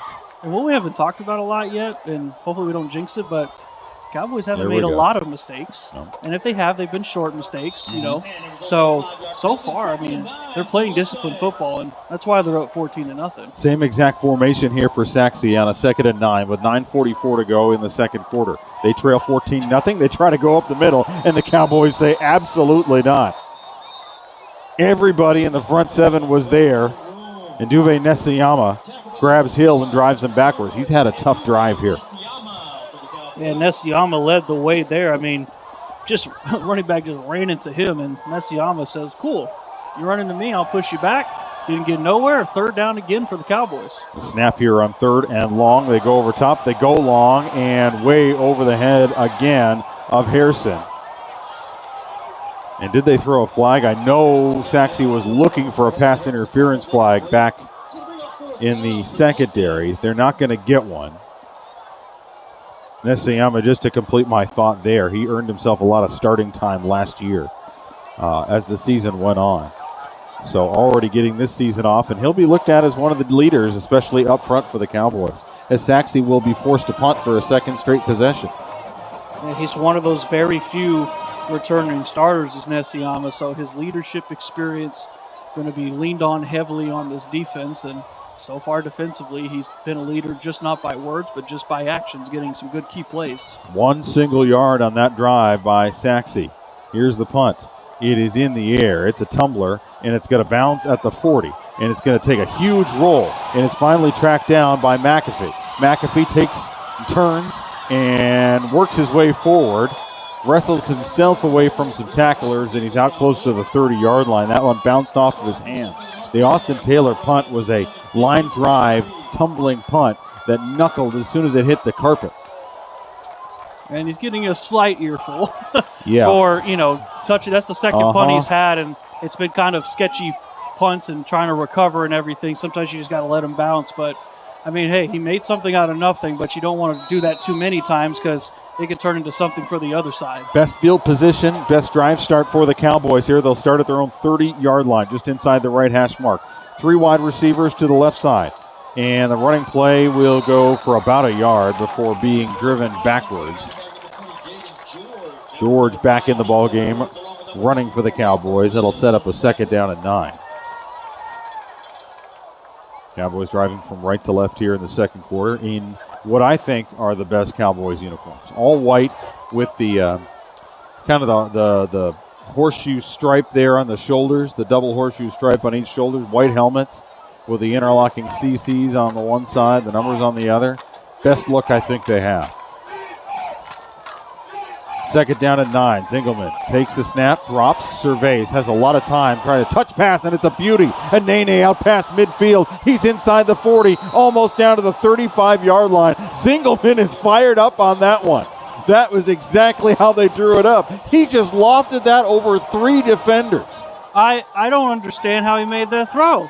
I mean, it was perfect. I told you on film he makes things look easy. That's backyard football. It was 2 defenders. Now they go back to the ground. Zingelman will run it, and he's not going to get more than a yard. But my gosh, that throw was absolute. It had to be on the money.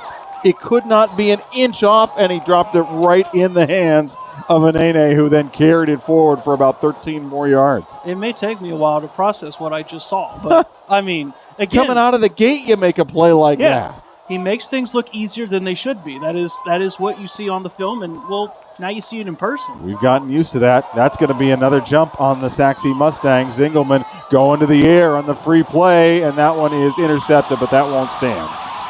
The fans do not realize that is a penalty against Sachse, although we should not count our chickens before they are hatched. It was, as the head linesman is back, whistling it, and now we got some extracurricular activities. Yeah, because they're trying to mess around with Carter and get him involved in something. Yeah, they're trying to get under his skin. Yeah, and Coppell, he got soldiers around him. They're not going to stand for that. Well, he does not need help protecting himself in his frame. 6'5", 220 plus. And that is going to be a penalty against Sachse. They jumped on the right end of the line. And so Zingelman had a free play, and you might as well take at that point. Yeah. Take a shot towards the end zone. It's 36 yards in front of you, and a guy like that we've seen already, put it right in the hands of anybody. This may be the longest obvious call, and it's still pre-district. Let me not be too harsh. Yeah, so it was from the 35, so spot the ball at the 30, and let's go.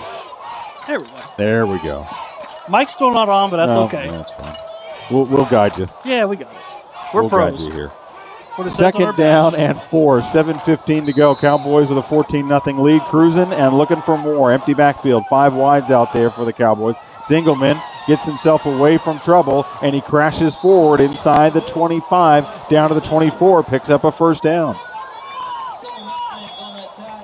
I can envision a lot of instances in the season if, the tush push is a very controversial play, and not that I'm saying that's what they're going to run in situations where they need maybe a yard or less, but when you got a quarterback like that size, just a little QB sneak is no problem. From the 24-yard line, just inside the right hash mark, Jaden George is flanked to Zingelman's left. 3 wide receivers, 2 to the left, 1 to the right. Play action, and it's a completion, and it's Mayer. And Mayer is inside the 15, dragged out of bounds at about the 13-yard line. Eshawn Mayer, his first catch of the night. And it's got the Cowboys inside the Frostbank red zone. One of the captains on this team, he's also listed the backup quarterback as well. So you can see there he can do a little bit of everything, getting his first catch there and getting some extra yardage to get in that red zone. 3 wide receivers set out there for the Cowboys, 1 to the left, 2 to the right, with Jaden George now sidecar left. The handoff, George charges up the middle, runs over the left guard, still on his feet, still pushing, still grinding, and he's going to be brought down at the 7. So a pickup of about 4 yards there. Zingelman getting in on the action as well, trying to push the pile.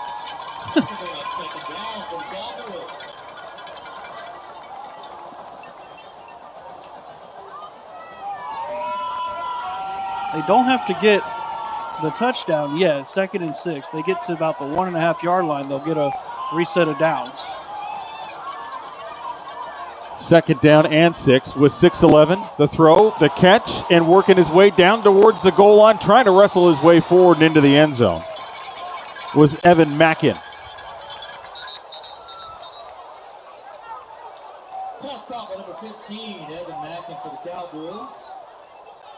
So Mackin gets the ball down inside the 5-yard line. We'll see where it's spotted.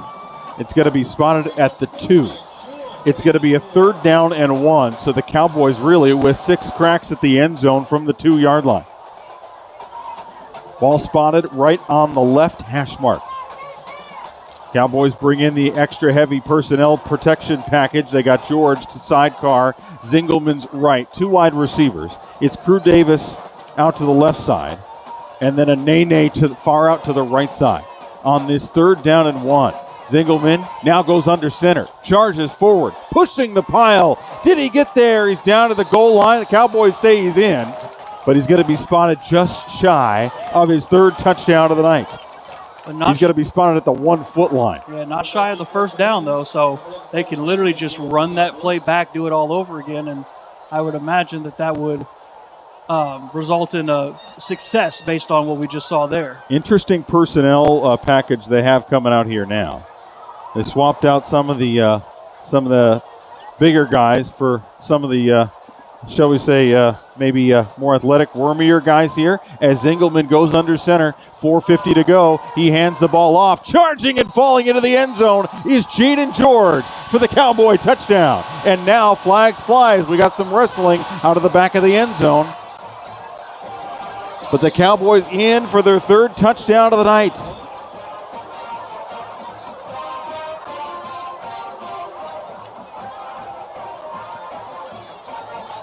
Score will count. That's no issue. Jaden George is going to get his first of the season, but now to sort out all the extracurricular activity, as you like to say.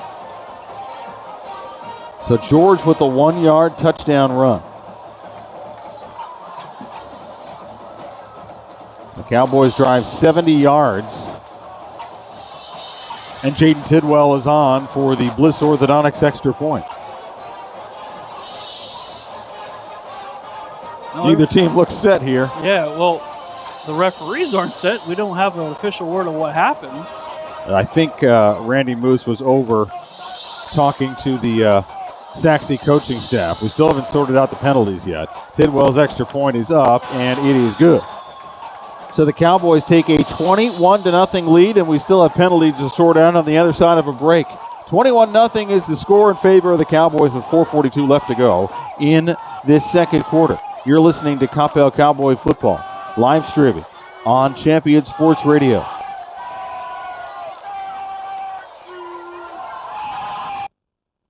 Provides all of us with an amazing quality of life, including an affordable cost of living, outstanding schools, unbelievable cultural opportunities, and the best sports around.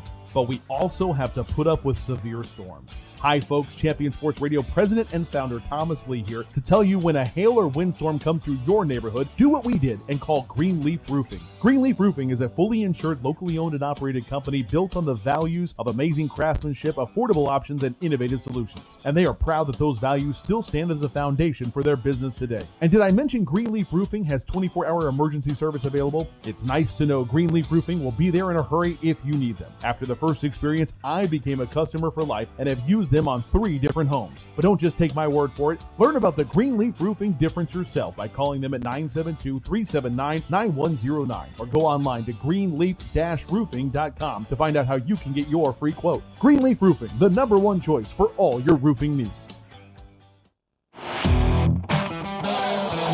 Not to say that we have anything sorted out when it comes to penalties, but the Cowboys have a 21-0 lead here.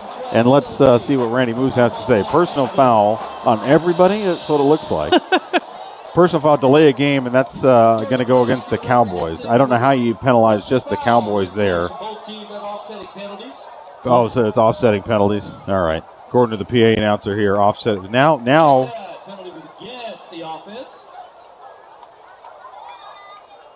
Maybe the PA announcer doesn't know what Randy Moose is trying to figure out. What did we say earlier? It's preseason for everybody. Yeah, it is. I don't know how you give the Cowboys a penalty there unless you are saying that George didn't give the ball back or whatever.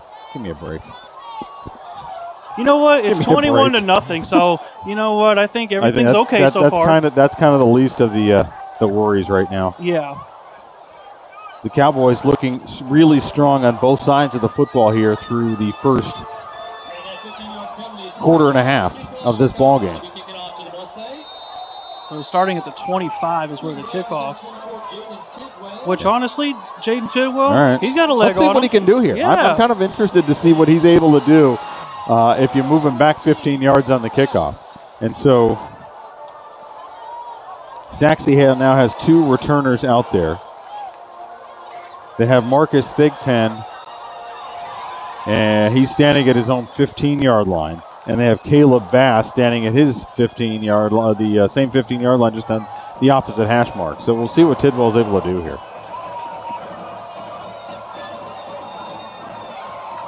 He's going to have a nice, long 10-yard run up to this ball.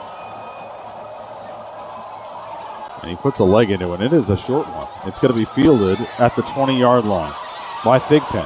Thigpen trying to find some open field. He was wrapped up there, not brought down. He's at the 30, gets away from a tackler, and is out to the 35-yard line before he's brought down. So really, you're just giving him 10 yards. And that's a trade-off because they moved you back 15 yards to kick it, and all you gave up was 10 more. So I guess you're 5 yards in the positive? Is that how it works? You know what? Algebra wasn't my greatest. Once they started putting letters in math, I was going out. to say, how about trigonometry? Is that any good for you? Nope. Nope. Do I use it today? Nope. 4:31. No offense to any math teachers out there. I just don't use it. Please. You can direct the comments to Dakota right into the home office. From the 36-yard line. They usually do anyway. Best drive start of the night for Sachse. On the left hash mark, they're driving from left to right here in the second, 4:31 on the clock. They trail 21-0 in a running play and first down and out to the 45-yard line, just past the 45-yard line. And a good hard-charging run as Roderick Rainwater is back in the ballgame for the Sachse Mustangs. Yeah, Rainwater in that first drive that he was in, he was, super productive on the drive, and now he gets back out there and he gets 10 yards right away for a first down. So Sachse, I think, should lean heavily on him right now as this game goes on if they want to get some yards. And right now, don't even have points on the board. See if they get that done.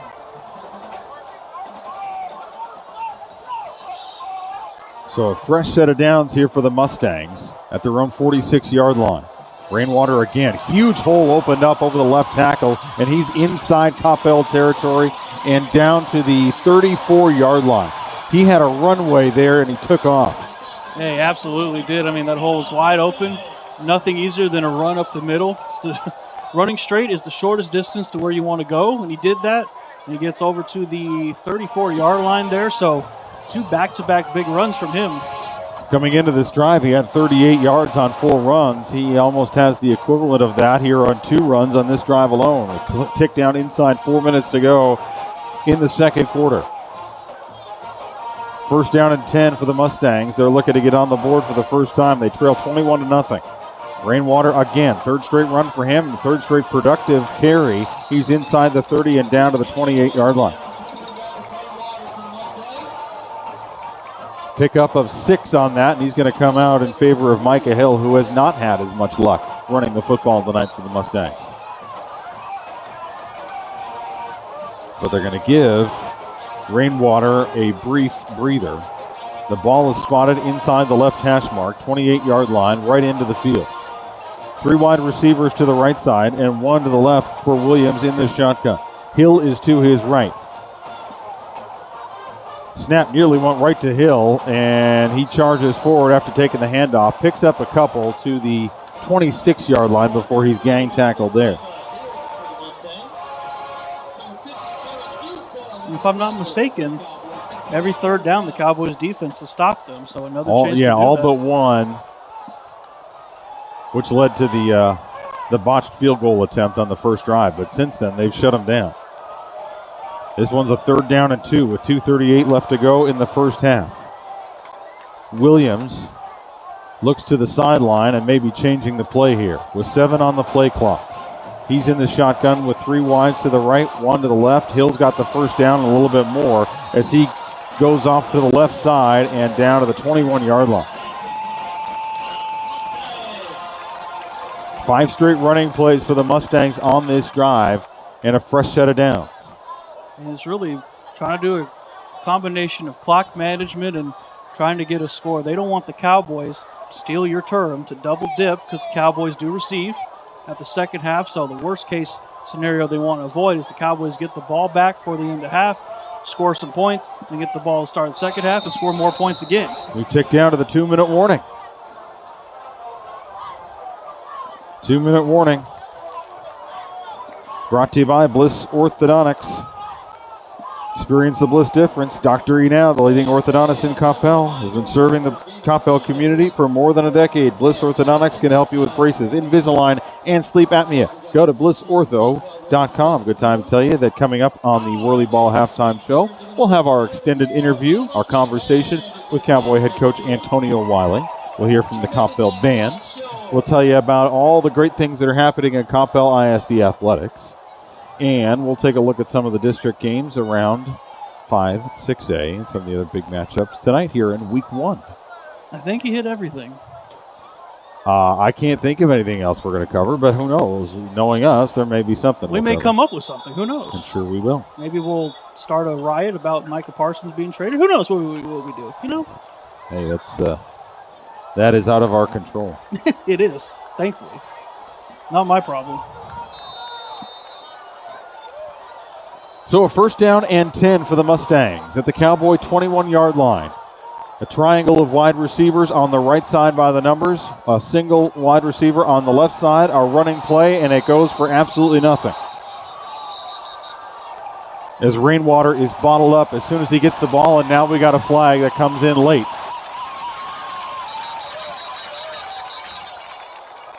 That flag was thrown, and it's going to be an unsportsmanlike penalty against the Cowboys in Braylon Powell. Hey, let's pause 10 seconds for station identification from Garland and Sachse to Coppell to fans around the world.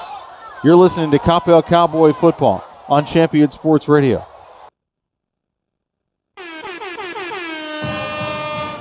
You're listening to the home of the Coppell Cowboys, Champion Sports Radio.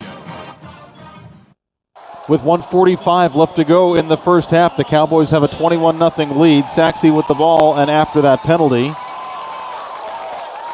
they now have the ball right at the 11-yard line. It'll be a first down and 10. Williams takes the shotgun snap. Rainwater finds a little running room, but not a whole lot as he is wrestled down after a handful yard pickup there. All running plays, all groundwork here on this drive for the Mustangs. Inside 90 seconds to go. Just running that clock down, trying to avoid Cowboys double dipping, trying to score at an opportune time. They don't have to get a first down either. They just got to get to about the 1-yard line. They'll reset downs. Buck 13. Here's the snap on a second down and 7. Trying to come around the right side and into the end zone for the touchdown. Roderick Rainwater is able to get through traffic. And Sachse is on the board in the closing moments of this first half. He took that breather, got back in a couple of plays later, and Rainwater making it rain on the right side. Gets the blocks he needs, and all he needs is a hole, and he takes care of the rest, as he's done all game long so far. And the Mustangs getting on the board.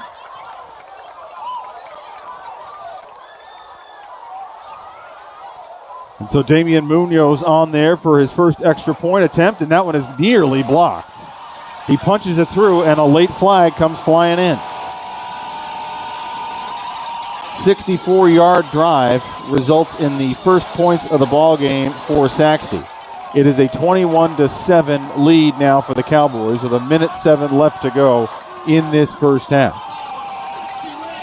We'll see what this penalty is and against whom it was called.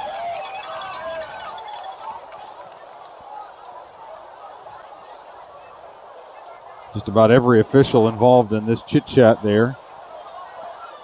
I think it's going to be against the Cowboys again.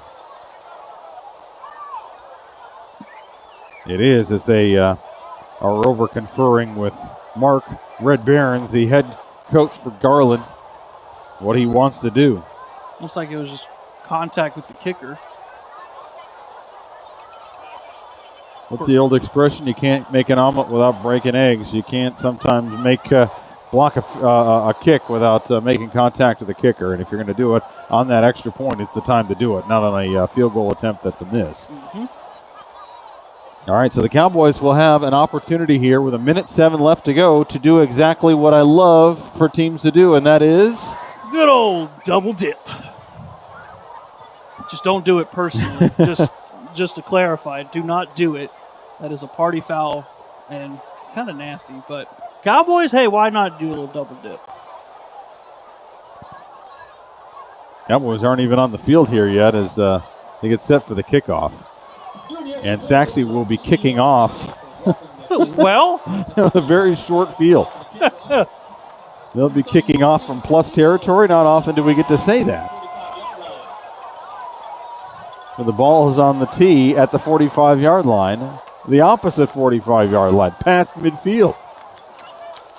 Do you think he'll get a touchback? Unless they try some shenanigans. That's your favorite word. Yeah, the good old shady shenanigans. Let's see what happens. Ball on the tee.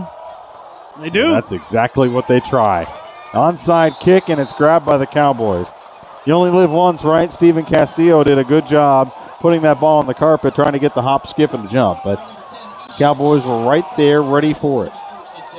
Yeah, I mean, if there's ever a time to do it, because why not? Cowboys, what? You don't have that rule in at this level of football that you have to be down and can only do it unless you write a letter to your congressman or something, whatever it is. Got to call the president, say, hey, can I do this? It gives you the confirmation. Then it passes the House and the Senate, and then finally you can do an onside kick. Minute 5 left to go in this first half. Cowboys will have the football here, looking to drive to add to their 2-touchdown lead. They had a 21-0 lead. Sachse with the touchdown there on that last drive. See what the Cowboys are able to do here in the closing 65 seconds of this half. Zingelman takes the shotgun snap. He's under pressure, but he gets it off. And a screen pass to McAfee, who is able to get something positive there. He caught it in the backfield, and he was met by a gang of tacklers, and he was able to work his way away from them enough to at least get something positive there.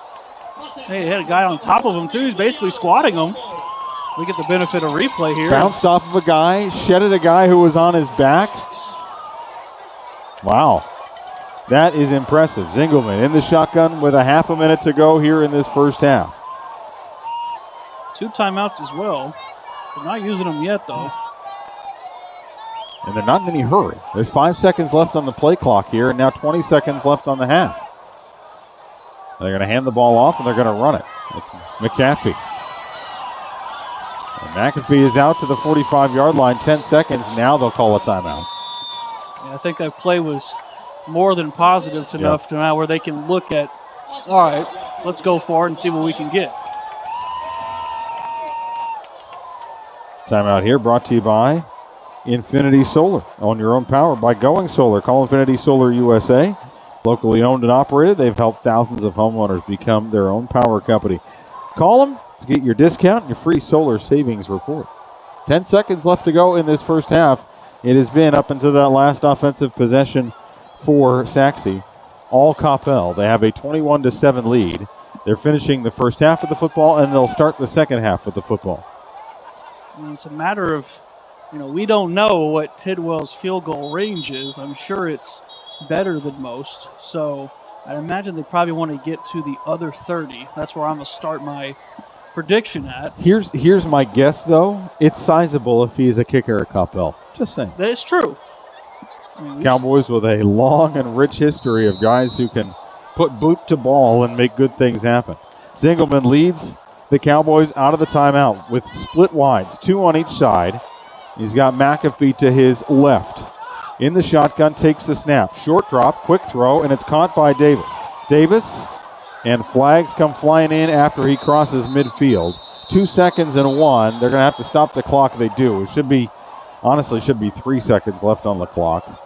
Stopped it with 1. I think it's going to be an illegal man downfield. Is it? I believe that's probably what it's going to be.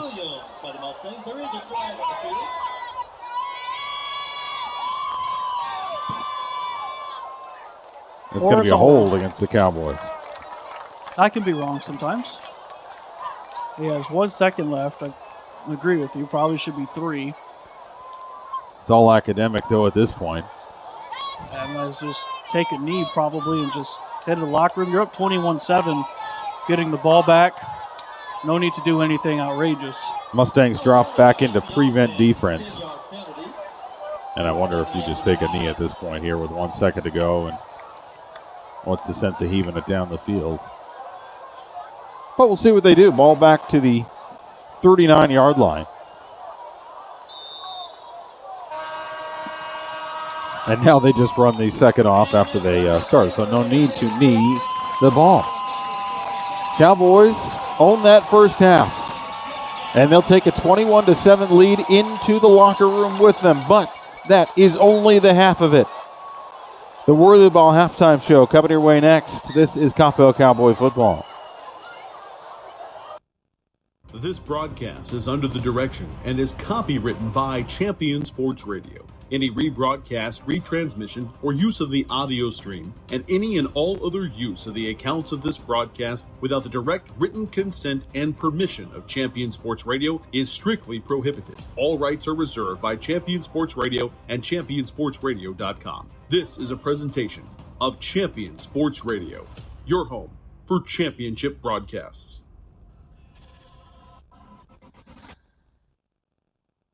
For those with pure food indulgence, Anamiya's Tex-Mex is the place for you. Anamiya's uses the freshest ingredients in all dishes to offer you the best dining experience. Treat yourself to more than 50 menu choices from the classic to the creative Mexican dish. And not only is Anamiya's the best Mexican restaurant in Coppell, but they're also a top Dallas caterer. Located on the northwest corner of Denton Tap and Sandy Lake, remember, everyone goes home happy after eating Anamiya's. Anamiya's, where contemporary meets sabor. Online at anamiyas.com.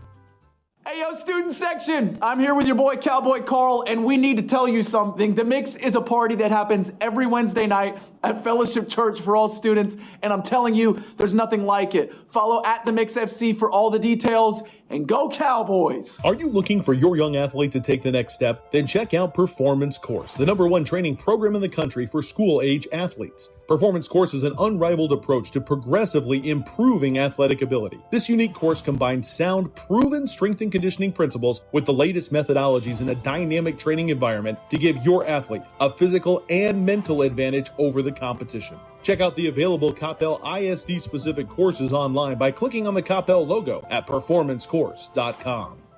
Homeowners in the DFW, listen up. Have you ever considered owning your own power by going solar? Well, my name is Dylan Olson with Infinity Solar USA. We are a locally owned and operated company to the DFW. We've helped thousands of homeowners become their own power company by going solar. We take pride in providing an amazing solar experience. Thanks to Champion Sports Radio, we've created an exclusive discount just for you.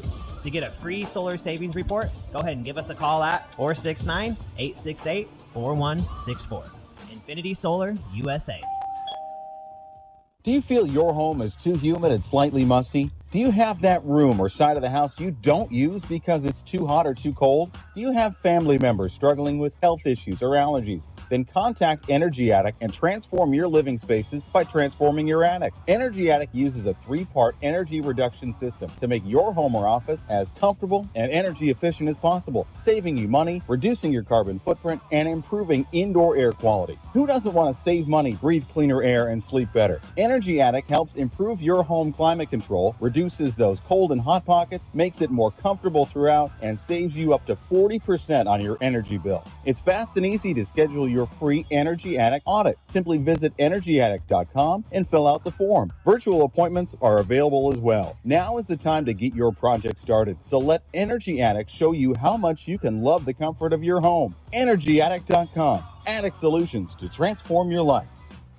Stay up on all the latest news about the teams you care about and know when your favorite games are on the air thanks to Champion Sports Radio social media. Follow us on Twitter at Champion Sports, like our Facebook page at facebook.com/ChampionSportsRadio, or look for us on Instagram at Champion Sports Radio. Tell us why your team will win this week. Share when your favorite athlete is named Player of the Week, or brag about what your school alumni are up to now. That's on Twitter at Champion Sports, facebook.com/ChampionSportsRadio, and on Instagram at Champion Sports Radio. Your home for championship social media. 21-7, the Cowboys in front. Welcome to the Whirly Ball halftime show. Life's a whole lot more fun when you're zipping around at a Whirly Ball. 2 locations to serve you in Plano and in Hearst. And they have the most affordable laser tag in town. Visit whirlyball.info for more. The Cowboys get that defensive stand, helped by a botched snap on the Sachse field goal attempt. And offensively, then they were off to the races. 3 straight touchdowns. 2 rushing from Zingelman, 1 from Jaden George, and the Cowboys had a 21-0 lead up until the closing moments of the first half when Roderick Rainwater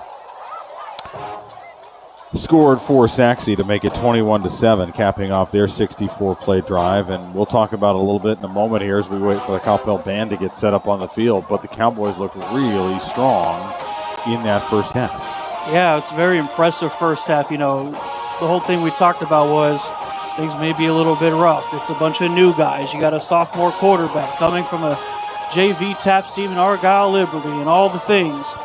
Well, they came out and looked like Coppell. We always, knew, just new faces.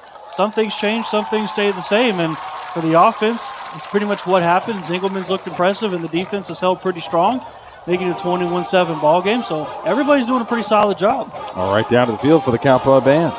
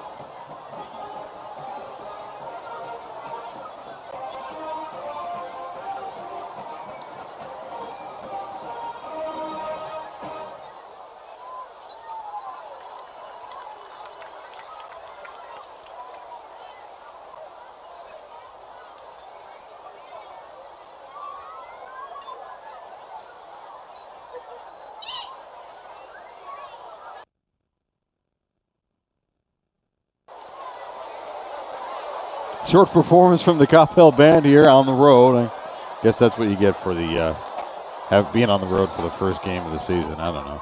I expected them to at least get 2 or 3 songs. They get the drill team and they get the fight song and relegated back up to the bleachers while the Sachse Mustangs band takes the field. We'll take a break. We'll be back on the other side of that break with our in-depth conversation with Cowboy head coach Antonio Wiley. This is the Whirly Ball Halftime Show on Coppell Cowboy Football on Champion Sports Radio.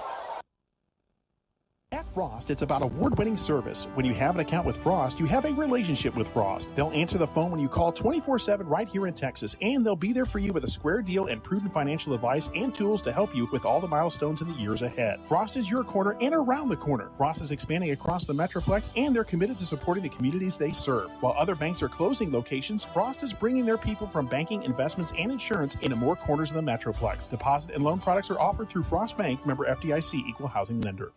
Johnson Management Company is an independent family-owned McDonald's franchisee serving North Texas communities since 1986. At JMC, they actively support their communities through their involvement with schools, youth sports, and local charities. Your locally owned Coppell McDonald's proudly supports the Coppell Cowboys and reminds you to download the McDonald's app for all the best deals. Place your pickup order at the South Denton Tap Road location here in Coppell, or if you can't make it in, have your favorites delivered right to you. JMC McDonald's says, let's go, Big Red.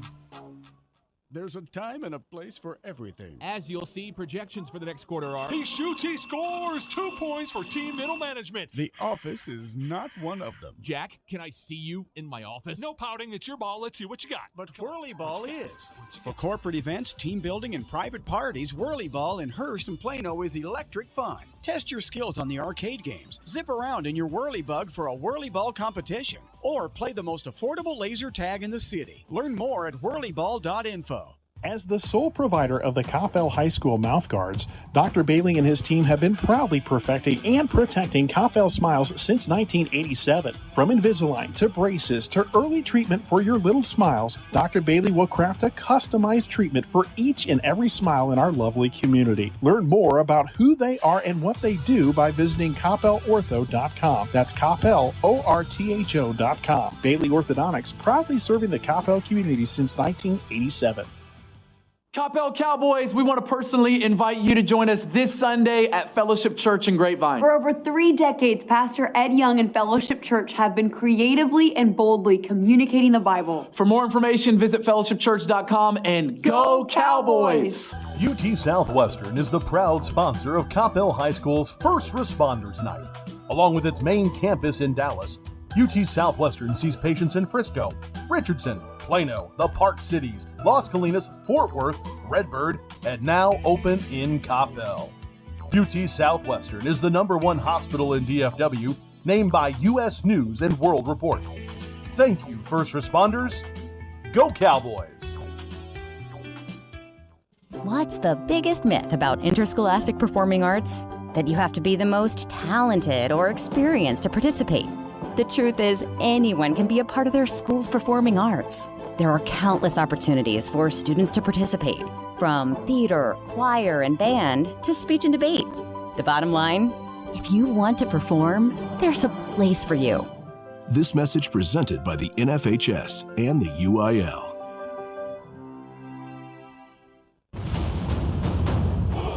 Welcome back to Homer B. Johnson Stadium and Garland, everybody. The Cowboys opening up their season with a 21-7 halftime lead over the Sachse Mustangs. Pretty strong first half for the Cowboys, save for some costly penalties along the way, a few mental mistakes, opportunities to learn for sure.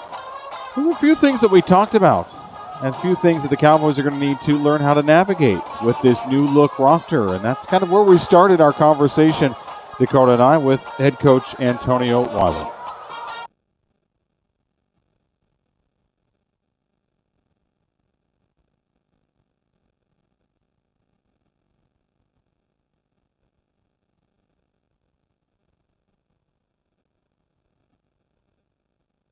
Game one with a bit more of an in-depth conversation with you and what you're seeing for the year ahead.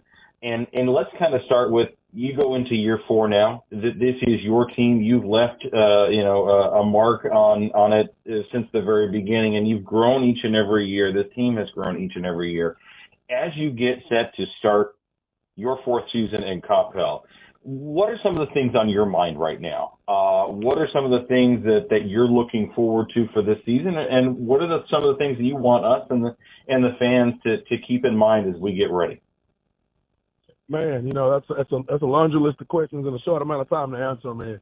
But what I'll say is what I expect of what fans can expect from our kids is to always show up, always play hard. Expect there to be some growing pains here and there because we're young, and with young teams come young mistakes. But I will tell you this: we're young, highly talented, and we have a chance to be a really good football team. We just got to grow up in a hurry. Talk to us about how you go about making the transition to a younger team, both coaching-wise and roster makeup-wise. This is not a familiar spot for Coppell fans. It is a small senior class. It was a large senior class last year. You graduated a lot of talent. So what goes into the game planning and the roster makeup through the offseason to get us here to week 1? I'm a big proponent for not asking kids to do something that they're not able to do or not quite prepared to do. Our coaches, they'll tell you, I tell them all the time, don't tell me what he can't do, tell me what he can do. So I think with our young team and with the lack of experience we have to do a great job of game planning and being precise in what we want. Don't leave much to the gray. Everything needs to kind of be black and white when it comes to execution, what we need from them, and instruction. I think those are the things. And then when you come to game planning, where we were able to improvise really fast at moments in the previous years because of the age and experience we have, now we have to go out and make sure that we have put together a game plan that's simple enough but effective enough for our kids to be successful and be able to make minor tweaks rather than major overhauls sometime between series to fix things. It's hard to ask what did the team learn from last year and coming off the loss to North Crowley, the eventual state champions, because a lot of those guys are not there anymore. So I will ask you as a coach, what about last year, that whole season, and then when the season ended, what did you learn from that you could implement to guys who are brand new and have, maybe they're new under you? When you're asking about last season, the first thing I'm going to say is it was a special group of young men.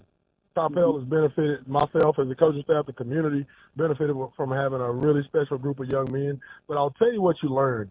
You learn that you can't take leadership for granted amongst players, because now you look up and you've got a bunch of young guys who hadn't really been in that role who are having to learn how to do it. And they're doing a great job. They're grabbing on with both hands and, developing into being great leaders. But when you've had them in a locker room and on the sideline for multiple years running, and all of a sudden you look around and you've got not as much experience coming back. Now, we have some coming back in the secondary, and those guys are doing a good job of trying to lead and becoming leaders. But just knowing that leadership experience is not around, I think those are some of the most valuable things. And you start talking about that rally. You know, what do you learn from a loss like that? The same thing you always learn. You can't beat a good football team making mistakes. And, you know, down the stretch, that last 5 minutes of that game, there's a lot of things that could have went differently, and the outcome of that game could have come out possibly in our favor if we don't make those mistakes. But hats off to Coach Gates and his ball club. They did a great job, and they deserve to be state champions. And they're state champions for a reason. They're a dang good club. Before we get into some of the special guys that make up the 2025 Coppell Cowboys, I want to talk more on a general level of what you've been able to do to build this program and replenish that pipeline at the lower levels, replenish the JV squad, the freshman squad, on down into the middle schools. And how have you seen that develop in your time here? And how important is it to be able to do that at this state of high school football where there are now more transfers? Man, I think it's time. Exactly. You made reference to time in your question. It's time. It's time consuming, and it's and it's our willingness as a staff and as a program to dedicate time to our lower levels, whether it be middle school, CYFA, or high school sub-varsities, because, time is our most precious commodity. There's nothing you can give a group of young men that's more important than your time. And so with that, I think that's what's allowed us to build a pipeline and get it to where our kids, everybody in Coppell is a Coppell Cowboy, and that's what matters. And so I think the amount of time we spend with our sub-varsities and our middle schools and the connections that we have with our youth association are all huge, because I think if you get them all bought into they're a Cowboy from the time they're old enough to pick up a ball, you're less likely to lose them to the high school transfer portal. You bring up something really kind of interesting and unique that Coppell has. It's not a Plano. It's not a Flower Mound where you're divided into multiple high schools. You are one high school united, and you have a bigger pipeline. How does that make your job maybe easier? How does that make the program better when you have just that one school and you have the pipelines all laddering up to that one central point? Well, just like I know, when you're the only show in town on a Friday night, your fans aren't divided. Your people, everybody's coming to watch one team, and that's a benefit. Everybody's bought in that community. When you walk around and everybody's, hey, my kids go to Coppell. I went to Coppell. We're going to the Coppell game. That's a huge thing. It's not, and no, that's not any knock on anybody else who's not in a one-horse town. It's just something special that unless you're in a one-horse town, you won't understand it. I want to talk about Carter for a second. Obviously, he's coming in sophomore, young guy. As tall as all get out, 6'6", and watching the film on him, he kind of makes things look way easier than they should be, at least from what I've seen. Can you tell me a little bit about Carter and what you've learned about him and his personality and just kind of his intangibles that you see so far from this young kid? Man, what can I say about him? He's a blue-collar kid. He's going to show up, go to work, keep his nose down. He's not real high maintenance. A kid that's kind of getting the recognition that he's getting as a sophomore. Usually you have to worry about him kind of having a little bit of entitlement that comes along with it. He's a great young man from a great family, and we don't deal with any of those things. He's a competitor, and he's harder on himself than anybody can be. I've watched him. He missed a ball. The first thing he's upset with himself. He's got a little bit of Edward Griffin in that way, because Edward was such a perfectionist, and I think Carter has some of that as well in him. When you talk to, what are some of the expectations for him this season? Obviously, you come in as a sophomore. That is not necessarily something that we see an awful lot. There are a few along the way. Griffin stepped in as a junior, ended up being a 2-year starter. You have a potential 3-year starter on your hands with Carter. What is the plan for him as you start year one of his varsity career, and where do you see that leading to where he's a senior playing his final game, hopefully in a state title? Oh man, I think some people do, they'll say, hey, as with a young quarterback, you can't put much on his plate. I think he is highly intelligent and he's able to handle more. I think the sky's the limit for this young man, and I think as we progress and we watch him grow, I think he's going to put on a show for all of us. You know what I mean? I think we're going to be surprised at what he can do as a sophomore.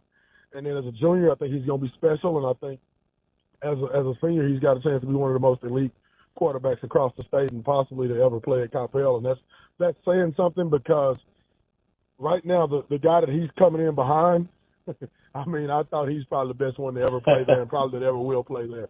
So but isn't that the scenario you want? You want that next guy, that next man up mentality. You want that next guy to have the drive to be better than the guy they sat behind or the guy they're following. Absolutely. I think Carter, as a quarterback, should want to be like, all due respect for Eddie G, but I want people to talk about me and not about Eddie when they talk about Coppell football.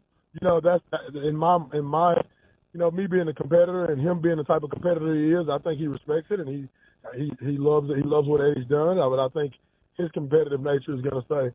But I want somebody to talk about Carter Zingelman when they talk about Coppell football, here in the next 4 to 5 years.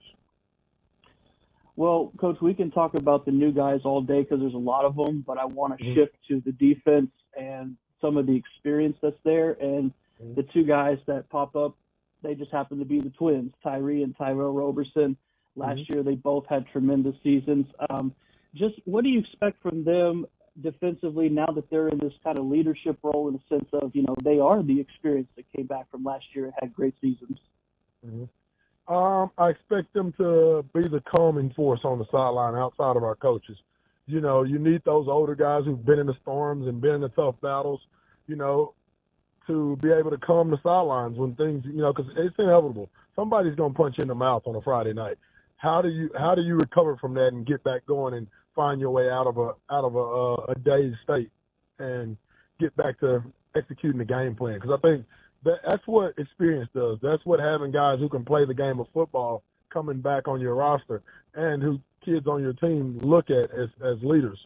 So I think those two guys can be huge, and I think they're going to have a great year. I think they're going to go out and they're going to be rocks for us at their position, and they're going to make it tough on people's passing game. And then just overall, what other playmakers should we be looking at? And for the fans listening, what other playmakers do you want to highlight as far as guys we should be looking out for this year, whether it be offense, defense, or even special teams? We've got quite a few. You got Jacob Renee, a sophomore receiver, played varsity basketball last year, but he's moving into his first year of varsity football. I think he's going to be one that has a chance to be special. Ethan Mack, and our big Y/tight end, he's got a chance to be successful. I think Ishan Mayer, our second quarterback, and he's going to have some other roles on the team. I think he's a guy you've got to look out for. Defensively, I think Lincoln Gardner has a chance to have a great year. I think we have some young safeties coming up. Both Malin Montgomery and Anthony Lewis are both going to be young. But I'll tell you, I think the guy on defense is going to sneak up on everybody. You know what I mean? Is Kenneth Gibbs. I think moving him over to safety has been a huge move for us. And I think he's rangy. I think he'll be a kid that everybody's going to be like, where the crap did he come from in the secondary? Because he's a really physical and aggressive kid. A kid moving from playing quarterback last year to now being a safety. I mean, it's a huge move for him, and I can't wait to see him have a great year. And then, obviously we've got a couple of corners, a few corners that have got, college offers and are pretty athletic. You've got young man Jaden Bibbs who moved in. He's really good, can play football. We've got a young man, Isaiah Witherspoon, who played JV for us last year, who's really good, can play. I think we've got some key pieces. We've got some talent. Like I said, just not a lot of experience. All right, head coach Antonio Wiley, our extended interview with him, and we are ready for action here in the third quarter as we get underway, second half. Tom Dewar, Dakota Burke back with you, the Champion Sports Radio broadcast booth at Homer B. Johnson Stadium. Cowboys with a 21-7 lead, and they will start this second half with the ball at their own 37-yard line. After the kickoff return, 11:51 to go. Cowboys will go to the ground on the first play here in the third quarter, and the run bottled up after about a yard gain. And you heard Wiley talk about something that caught my ear that we saw in that first half, and that is you need that veteran leadership. Somebody's going to punch you in the mouth. You got to get back to playing the game plan. Yeah, and Sachse did exactly that. At the end there, got a good punch in the mouth on the defense, and the offense now has a chance to respond of their own. So far, they've been fantastic offensively and looking to get a good start here at the second half so their defense can respond after giving up the first score for them. Cowboys driving from right to left here in the third quarter. Ball on the right hash mark, 38-yard line. Second down and 9. Zingelman in the shotgun, the handoff, and charging up the middle, driving the pile forward, out past the 40 to almost the 42-yard line. Good run there that we got accustomed to seeing last year as Jaden George was the ball carrier there. But we got accustomed to seeing a lot of those driving the pile runs from the 2024 Cowboys. I wouldn't be surprised if we see more of the same with Zingelman on draws and Jaden George with his power and his size. Cowboys in a third down here on their first drive of the second half, and that one goes through the hands of the tight end, Evan Mackin. And so the Cowboys go 3 and out on their first series here in the third quarter, and that's not what the Cowboys were really hoping to do here. They wanted to double dip, and they went 0 for 2. Yeah, it's one of those unfortunate things that's going to work in favor of Sachse. One thing we will get to see, though, we'll get to see Jonathan Yao for the first time, who's going to be the punter for this team, who will eventually take over kicking duties for Jaden Tidwell once he graduates this year. Yao, a big-time kicker, 4-star kicker, got a lot of distance on him on the field goal side, so I'm sure he's got it when it comes to punting as well. He stands back at his own 28-yard line. Return man on a tumbling punt. That's going to take a good Coppell bounce. It's going to bounce inside the 25, inside the 20, still rolling down to the 18-yard line. Brendan Quinn, the returner for for Sachse, made a business decision of just getting out of the way. So a good punt there by Yao in his first punt of the night.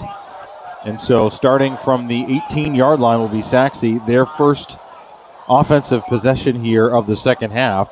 They scored on their most recent offensive possession. That was to end the first half. So they'll start with 10:21 on the clock.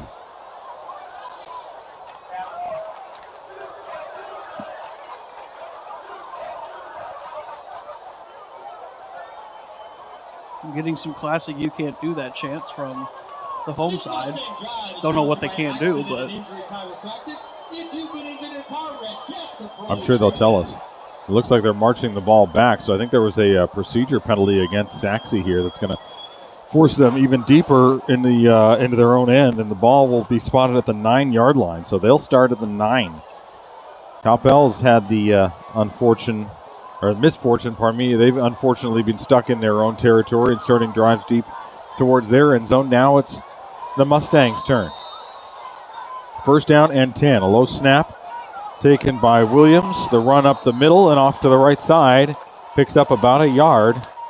Roderick Rainwater, the touchdown scorer, gets it out to the 10-yard line. Isbell with the tackle. Aaron Isbell moving to defensive line, moving over from the offensive line. The brother of Blake makes the tackle there. Cowboys limited Sachse to only 138 yards of offense in that first half and only 4 yards of passing offense. 4 wide receivers out there for the Mustangs on a second down and 9 with 9:41 to go. They send Brendan Quinn in motion. Now they run off the right side and out past the 15 to about the 16-yard line is Rainwater, who had a head of steam turning the corner, but just not able to make a whole lot out of it before Kenneth Gibbs gets there and helps to make the stop. So that'll set up a third down and short. Third down and about 3 to go. They need to get to the 19. They're at the 16. Ball on the right hash mark as Sachse drives from left to right here in the third quarter. Cowboys with a 21-7 lead. They punted on their first possession here in the second half.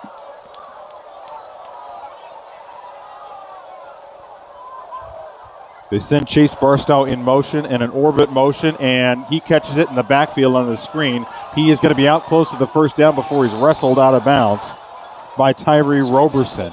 Question is, did he get enough to get the first down before he ran into the chain gang? And it doesn't look like he did, and it looks like they're going to send on the punt team. So the team's exchanging punts here to start the third quarter. And only 8 yards of offense. It's a great for Sachse on the drive. It's a great answer by the defense, and more importantly, once again on third down, the defense has been, for the most part, getting some key stops. When the offense can get the ball back here. Going to be interesting to see how Dylan McAfee handles this punt. He's had 2 questionable punts go to him. That one is tipped off the foot, and it's going to go out of bounds inside Sachse territory. They got through to Austin Taylor and tipped the punt. Great job by the Cowboys special teams. We'll see if that goes in the stats as a block punt or not. The Cowboys will take the field position as they will start for the first time tonight in plus territory. They'll start at the Sachse 41-yard line.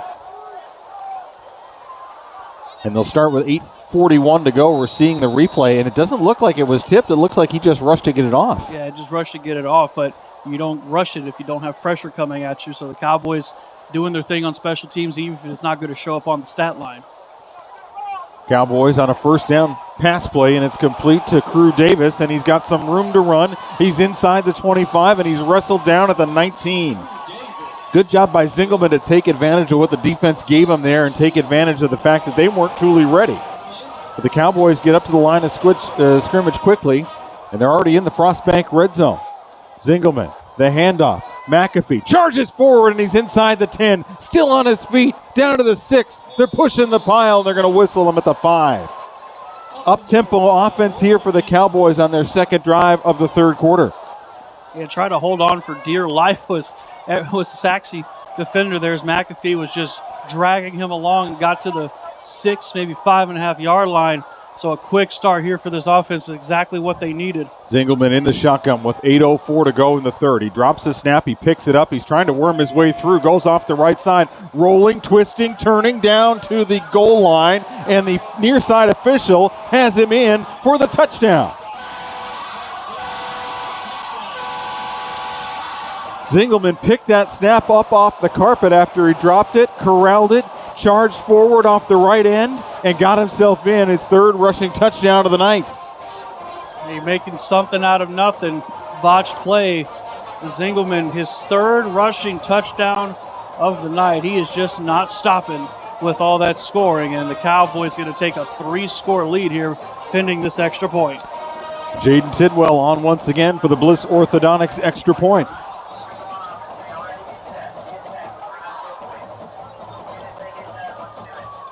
The snap by Calvin, the hold by Yowell, the kick is up, and it is good.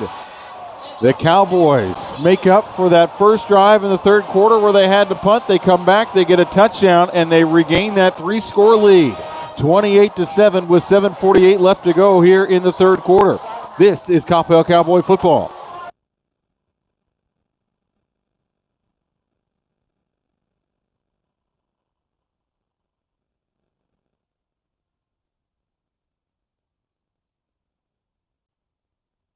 Across the United States, young lives are lost to sudden cardiac arrest, and our communities are left to pick up the pieces. That's what happened in April of 2009 when Zachary Schraw lost his life to an undiagnosed heart condition after collapsing suddenly during a Plano East Senior High School football practice. After his death, Zach's loved ones knew it was time to take action to protect young hearts across North Texas from this silent killer. Since its establishment in 2009, Living for Zachary has impacted thousands of families by providing heart screenings for ages 12 to 22, donating AEDs to youth-based organizations, and training community members in the use of CPR, all with the goal of saving lives. Sudden cardiac arrest doesn't wait, so we can't either. Schedule your child's heart screening today, apply for an AED for your organization, or make a donation that could change a life forever. Together, we can give our children's hearts a second chance. Join the movement to save young hearts at livingforzachary.org today.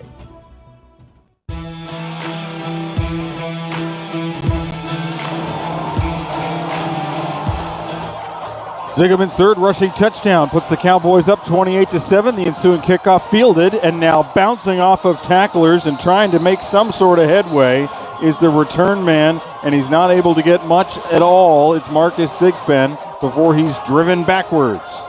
The Cowboys get a nice drive, a quick play, quick strike offense on that drive, and it's 28-7. Yeah, most of that coming on the ground, and Zingelman finishing off his third rushing touchdown. It's funny. He hasn't thrown one yet. I don't know when he will, if he even needs to. He doesn't at this point, but he's getting it done with his feet in all sorts of ways. So great debut for him so far. Offense is looking good. Sachse will take over with the football at their own 22-yard line. 7:38 to go, quarter number 3. They now trail by 3 scores. They scored at the end of the first half and has been quiet since then. Williams under pressure, heaves, completes, and a lot of room to run, darting out to midfield. The Cowboys are chasing him now. It's Marcus Roden, and he's able to get down all the way down to the 20-yard line of the Cowboys. Dirk Williams had to heave that ball away from trouble, able to complete it, and then it was all Roden. Yeah, the pressure was coming in hot and just got it to his receiver and just took off and did the rest, getting to the other 20-yard line. So right away, Sachse defense going punch for punch here, or Sachse offense, I should say. Almost a 60-yard catch and run there. And now Williams wicks it himself on the keeper, and he's in for the touchdown. 2 plays from the 20. Williams runs it in for the touchdown. And it was just a simple, the protection was going right. So did everybody else. So Dirk just says, well, I'll go left. That's where everybody is it. And he gets by 1 tackle, gets the touchdown, and Sachse answering very quickly. 78 yards in 2 plays. The extra point is up, and it is barely good. So Sachse answers right back with a touchdown of their own. And with 7:10 left to go in quarter number 3, Cowboys still lead. It's now trimmed to 2 scores, 28-14, and we have a procedure penalty against Sachse. A false start against the kicking team. So we'll pause on going to break here, and I believe the Cowboys are going to make them re-kick that extra point try.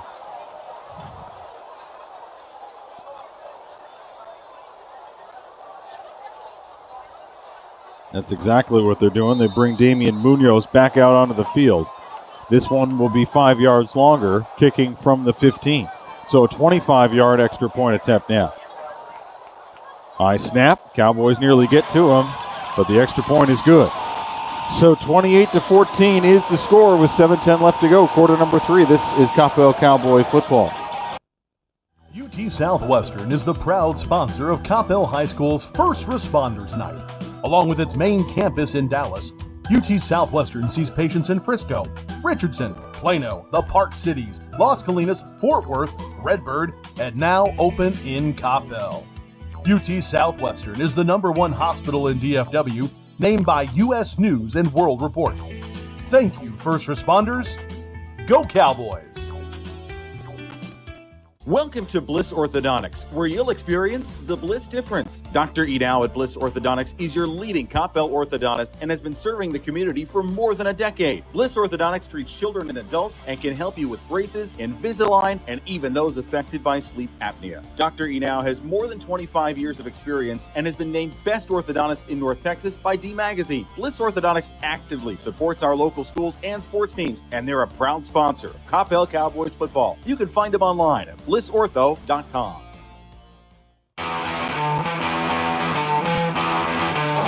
Team straight touchdowns on the last 2 drives. That one was the Dirk Williams Jr. variety, a 20-yard touchdown run after a big completion to Marcus Roden to set it up. 28-14, the Cowboys still in front with 7:10 left to go, quarter number 3. The kickoff back to the goal line. Taken from there, head of steam, charging out past the 20 to the 25 and ridden into the carpet at about the 27-yard line. Cowboys will start there. Looked like a Sachse player was injured, but he's going to come off real quickly. So 28-14, as you mentioned, both offense, very quick drives for both teams last time. So the offense starting at the 27-yard line, one of their better starting positions, all things considered. So Cowboys driving from right to left here in the third quarter. So from video board end to field house end, or locker room end, we should say. And they'll start this drive. Ball on the right hash mark from their own 27-yard line. 7:03 to go, quarter number 3. And that snap goes through the hands and over the head of Zingelman, who picks it up, rolls right, throws, and he's got a completion out to the 35. Spinning away from a tackler to the 40. 45 still on his feet. Beautiful catch and grab and go. Turning it up the field, making something out of nothing is Eshawn Mayer. We heard Coach Wiley talking about how he's a special player. He's Zingelman's backup, and he came to his rescue there. Got an injured player for Sachse. This injury timeout brought to you by Performance Course. Looking for your young athlete to take the next step? Check out Performance Course, the #1 training program in the country for school-aged athletes. Find courses specifically for Coppell ISD by clicking on Coppell's logo, performancecourse.com. Zingelman improvising. We heard from Coach Wiley when we talked to him that he didn't feel or he felt the chances to improvise may not be there early on. Well, we're seeing a number of them here so far tonight. We are indeed. He's making a lot of somethings out of nothing, and the injured party was number 43, Willie Hato Palomo, who is walking off gingerly on his own power. So His first game on the varsity roster, and he looks like he's just going to need a moment to collect himself, and he'll be back out there. Cowboys with a first down and 10. 6:49 left to go in the third. Ball on the right hash mark at their own 44-yard line. Zingelman in the shotgun with 3 wide receivers out there. He turns, he hands the ball off to George, curling around the left end out past the 45 to the 46.5. So he picks up about 2.5. They're going to give him out to the 47. So a pickup of about 3 there, bringing up a 2nd down and 7, just inside 6.5 to go. Cowboys with a 28-14 lead. They led 21-7 at the half. They've traded touchdowns here in the third quarter. Zingelman goes to the line of scrimmage, now looks to the far sideline. Comes back to the line to check. They have the tight end, Evan Mackin, out there, lined up at the end of the left end of the line. The handoff, George bursts through a hole up the middle. He's got the first down and more as he spins his way into Sachse territory and down to the 44-yard line. Really like the running I'm seeing here from Jaden George and Dylan McAfee. Yeah, we talked earlier about the 2 running back setup that Coppell has had over the past couple years, and they're flirting with that once again with both George and McAfee. 4 wide receivers out there, 2 and 2 with Zingelman. Making a play call check here at the line. He's got Davis and Mayer on the left side. He's got George now as the tailback, sidecar left. Out of the shotgun with 5:20, and now they're going to split George out to the right side as the emergency button. Zingelman uses him and puts it over his head towards the sideline, incomplete. Zingelman was scrambling, just not able to get off a good throw there. And so this will bring up now a 2nd down and 10 from the Sachse 44.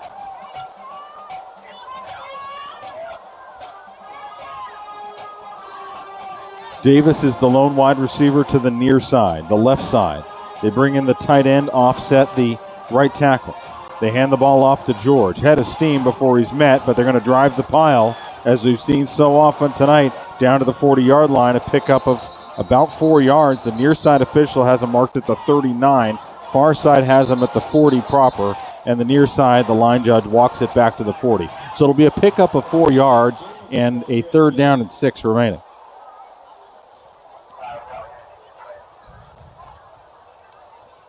Now some discussion here. Randy Moose coming on. Didn't see a flag, but there is one. It's going to be an illegal shift. And it's going to be a penalty against the Mustangs, so that'll help the Cowboys here. It should be a 5-yard variety, which would we'll see what it'll net. It'll be a net positive of a yard here if the Cowboys choose to go that direction.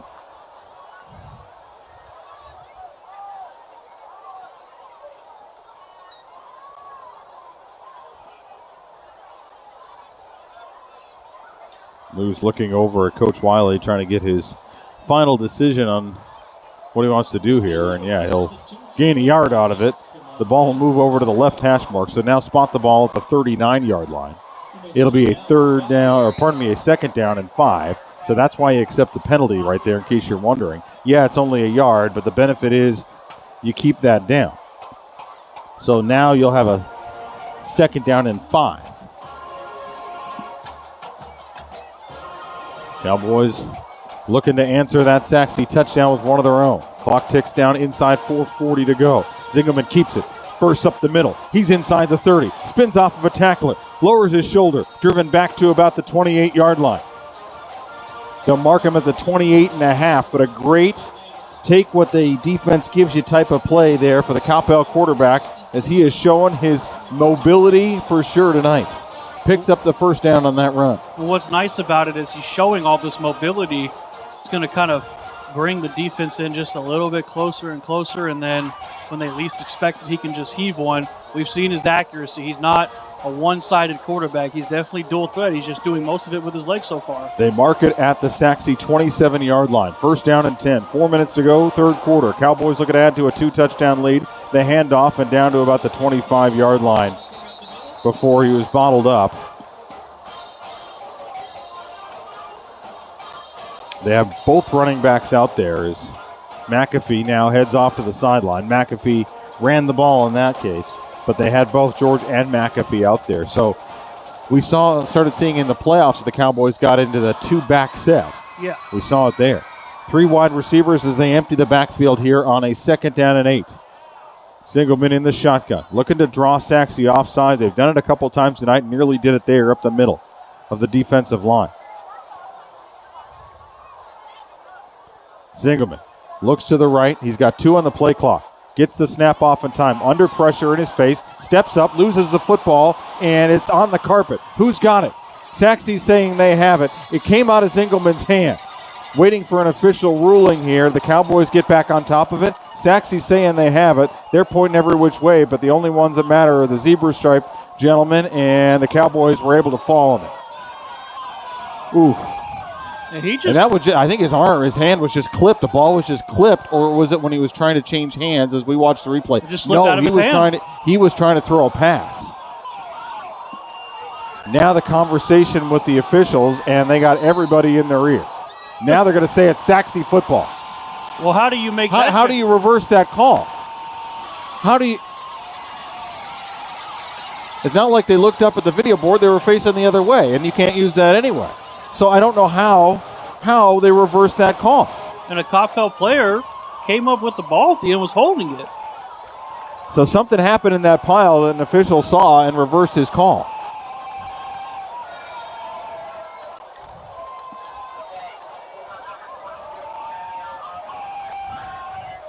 Wow. 60-yard drive ends in a fumble. Interesting things on a week 1. And so Sachse will take over with 3:09 left to go. They're at their own 23-yard line. It'll be interesting to hear the explanation given to the Coppell coaches after that one. Williams, swing pass to the far sideline, and I'll be surprised if he gained a foot on that one. I think he went out of bounds behind the line of scrimmage. That was caught by Brendan Quinn. The only thing I can think of is that one official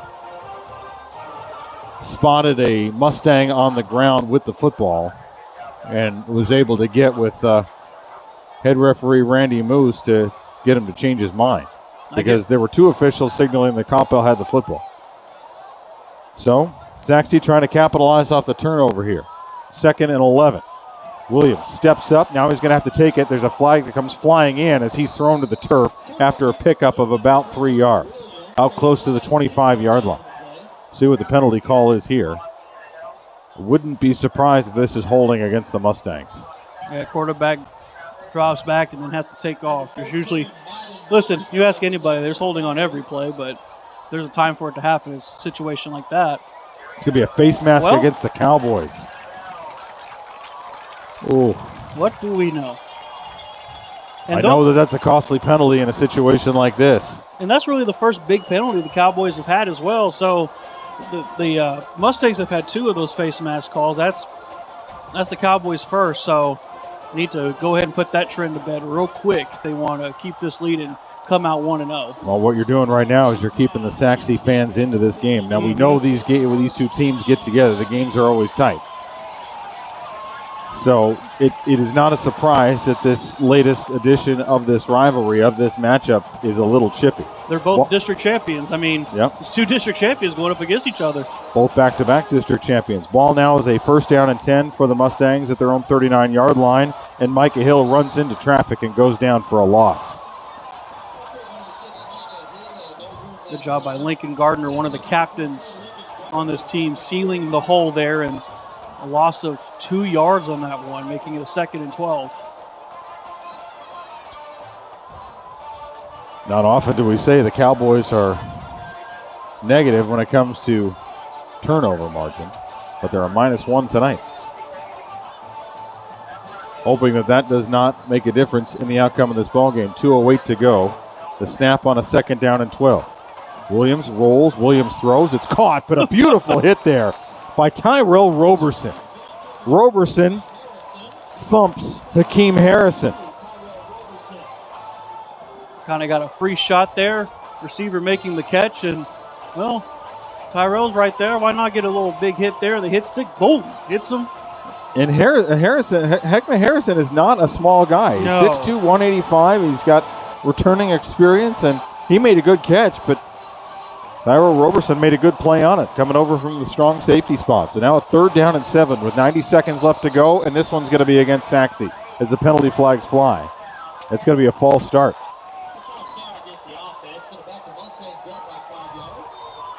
So we are starting to see a little bit of that inexperience, lack of concentration come about here in this second half. And understandably so. These games are long. These games are long when you're going at 100% all night long. And it's your first time out there playing under the Friday night lights. $1:20 left to go here in the 3rd quarter. Now a 3rd down and 12. And a completion under pressure and a good tackle there. Good coverage by the Cowboys. Kenneth Gibbs is in there. Oh, they're going to get Lincoln Gardner is in there as well, and flags after the play. I think they're going to get extra activity after being pushed out of bounds. That's what I would imagine that is. Dead ball foul and a personal foul penalty against the Cowboys. We're going to assume that's Another what it one. is. And Kenneth Gibbs and Lincoln Gardner both made great tackles there to read that screen and get through the holes to get to Rainwater, but he was out of bounds, and then more contact continued, and that's an automatic 1st down every time. That was a 3rd and 12 that they had snuffed out. And now because of 2 costly penalties, you've given them new life on this drive. That's something the Cowboys defense has to get under control. As we tick down to a minute left to go here in the 3rd quarter. 1 minute left to go. Learn from your mistakes quickly. That's what you said. 4 wide receivers out there for the Mustangs. Williams looks. Williams goes long. Are they going to get him on pass interference? No. Roberson was step for step and kind of locked arms at the end with Harrison. Incomplete.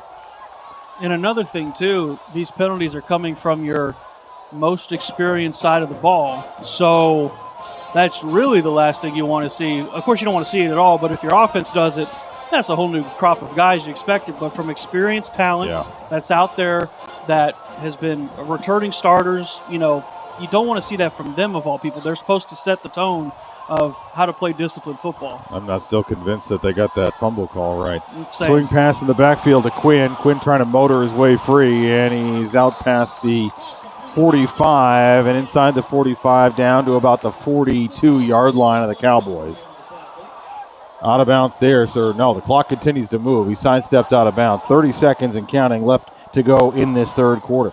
And the play clock and game clock are identical, so see if they want to choose to run one more. Or I think you're going to have to for safety. Yeah. Because, they are completely in sync. They are completely in sync. You have to run a play. 10 seconds left on both. Williams in the shotgun. Cowboys loading the box. The handoff and a beautiful stop on the run.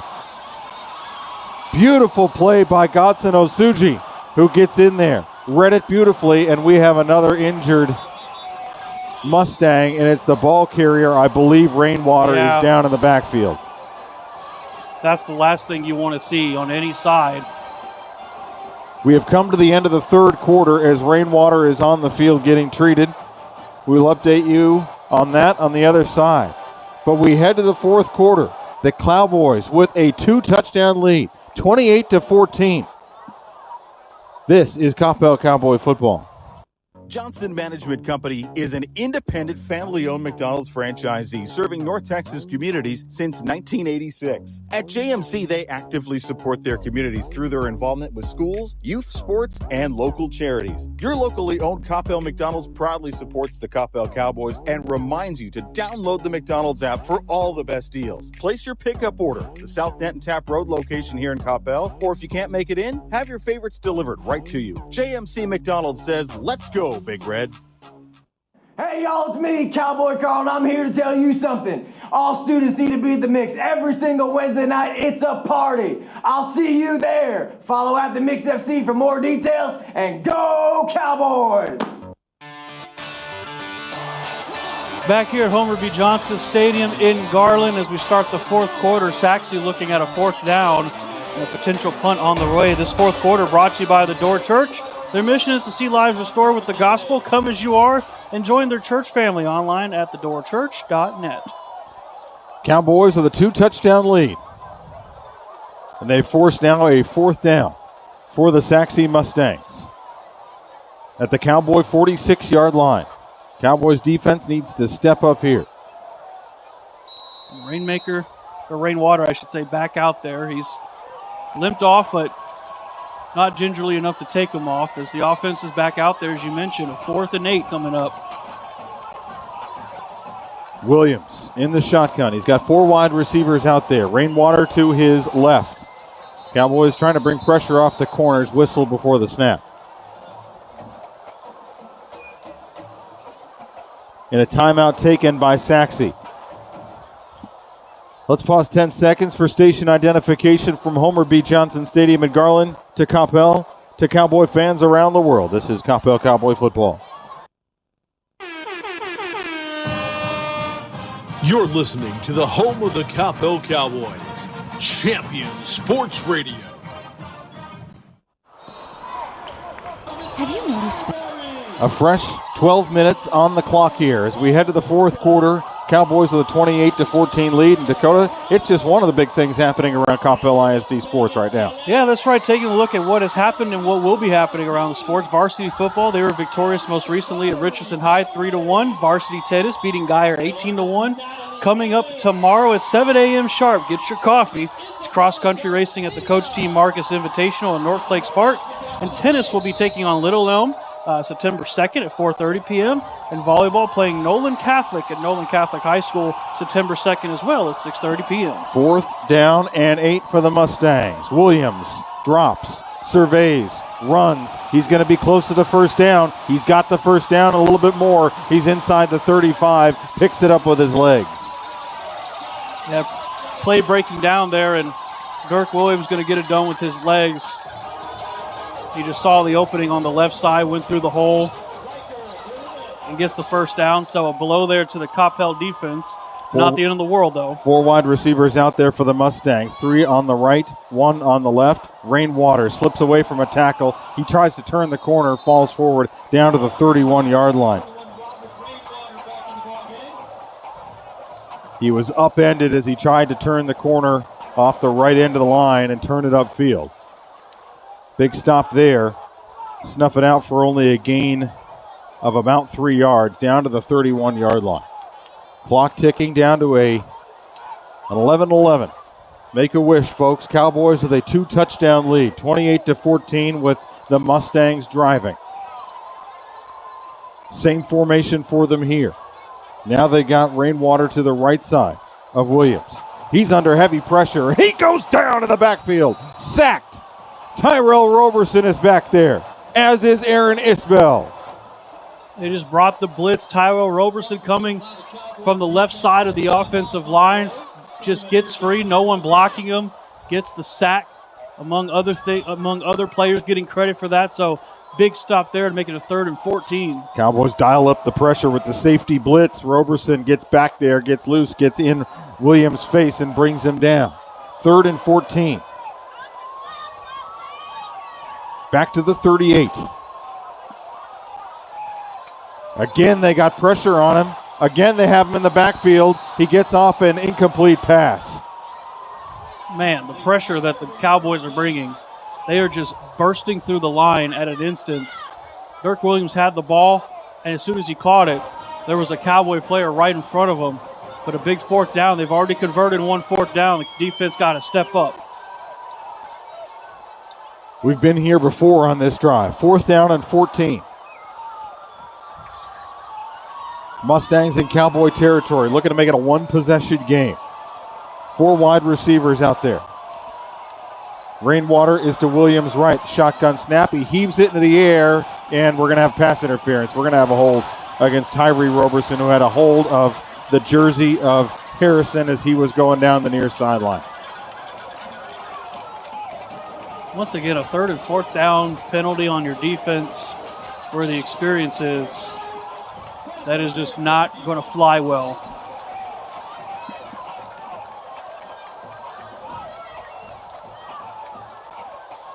We'll see where they decide to mark it.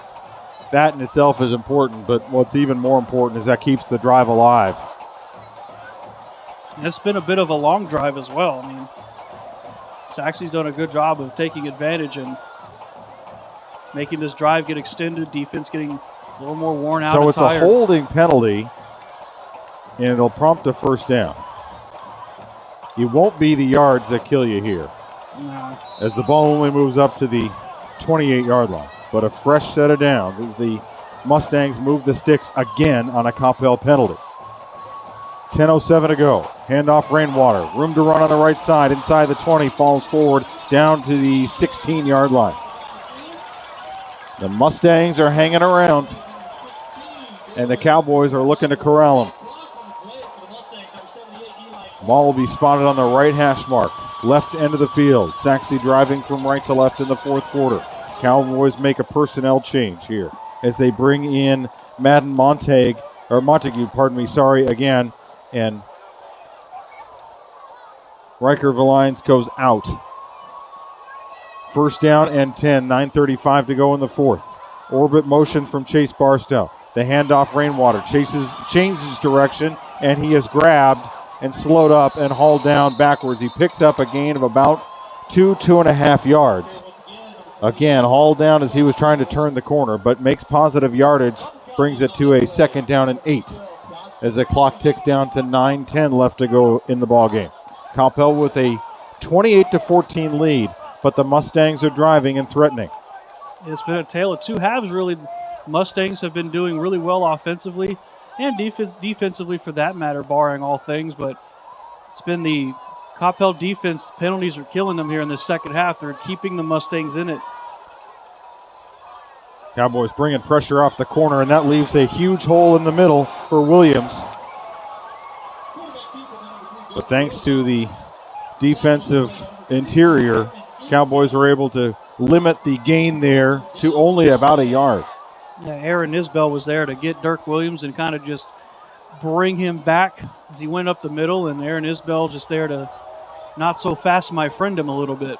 3rd down and 7, 8:20 to go. Ball just inside the left hash mark, 13-yard line of the Cowboys. Williams in the shotgun, 3 wides to his right, 1 to his left. He drops back after taking the snap. Now he's going to run. He's got room and a penalty flag in the backfield. This should come back on an offensive hold. We said that before, and we were sadly mistaken, but I would imagine it would. And it, face mask, or even a hold. Look, he almost did a face mask. His hold call is a little high. Yeah, it's a little funky. Either way, it's a penalty against Sachse, so that's what the Cowboys needed right there. This has been a long drive. This drive started with 3:09 left to go in the 3rd quarter. There's 8:04 left to go in the 4th quarter. Somebody better at math than me do that math. But it looks like we're at about 7 minutes at this point. Ish. Yeah, that's about, yeah. I like that. Ish covers up for some rounding errors, doesn't it? It does. I use ish a lot. Does feel like we've been here for about an hour and a half. Ish. On this drive. Ball spotted at the 23-yard line, just inside the left hash mark. It'll be a 3rd down and 17. The Mustangs need to get down to the 6. Williams in the shotgun. Rainwater to his left and whistles before the snap. And I think it's going to be a timeout taken by the Mustangs. This timeout brought to you by JMC McDonald's. Your locally owned Coppell McDonald's proudly supports the Cowboys. Make sure to download the McDonald's app, pick up your order, South Denton Tap Road in Coppell, or have them delivered right to you. JMC McDonald's says, let's go, Big Red. And coming up on the Greenleaf Roofing postgame show, don't miss the return. Return of Dakota's Burger Report. You better fire up them girls, baby, because we hungry out here. It's been a while. Haven't had a good burger in a little while, Dakota. Looking forward to what you're finding on the out-of-town scoreboard. So make sure to join us for the Greenleaf Roofing postgame show immediately following this. And we'll take a look at the district, too, as what other folks are doing. It's a little interesting what's happening, but we'll cover all that. Don't worry. 7:56 to go. Quarter number 4, Cowboys with a 28-14 lead. Mustangs with the ball, trying to keep pace in this ball game. The Cowboys have won the last 5 meetings. They've won 6 out of the last 7. These two teams have met the past 8 consecutive seasons in the pre-district. 4 wide receivers out there. 3 to the right, 1 to the left. They bring in Christian McCaffrey. Yes, you heard the name right. And he tried to run it up the middle, and he's hauled down and thrown backwards. McCaffrey, the backup quarterback, has some added size. He's 6'3", 200. Taking a little time off, I guess, from the 49ers to come here and play for Sachse. We joke. Yeah, I was going to say, we need to investigate. No, I'm just kidding. It's not that Christian McCaffrey. Everybody calm down. But he's staying out there for this 4th down and 20. Inside 7.5 to go in the 4th. But the junior backup quarterback, played a lot in the spring game, comes in here in a high leverage situation, drops, looks, heaves towards the end zone, and another penalty flag coming against Tyree Roberson. But this time I take issue with that because Marcus Roden fell down. Yeah, there was just as much as Roberson had anything to do with it. Yeah, there was a lot of one of those, getting arms locked, feet locked, trip up on each other. That's what it looked more of like this time. We'll have the benefit of replay over here. We'll take a look. So if you're keeping score at home on this drive, that's 4 Coppell penalties that have allowed the Mustangs offense to stay on the field. 4 Coppell penalties on this drive. Big ones, too. I do not want to be a defensive player at the end of the game hearing the speech. I have from a feeling Coach we're Wiley. going to hear something. Oh, they're going to hear something. I can't tell if this includes it, but that's 10 penalties the Cowboys have for 100 yards. Oof. Williams back out there in the shotgun at quarterback. Heaves it to the end zone and off the hands and incomplete. He intended that for Roden. Roden was covered by Isaiah Witherspoon. So a 2nd down and 10 from the 16. 7:04 left in this 4th quarter. The Cowboys may end this football game with not touching the ball again. Well, I was gonna bring up, we do baseball as well, and it's almost like when you have a long inning, the pitcher has to get warmed up again. That offense getting a little cold over there on the sideline. Kind of wonder if that's going to affect them if they eventually get back out. Williams off the shotgun snap, trying to bob and weave his way inside the 15 and down to about the 11-yard line. He's still going. Driving the pile, and they got him marked down all the way to the 6. That'd be a 1st down if that's where it ends up, too.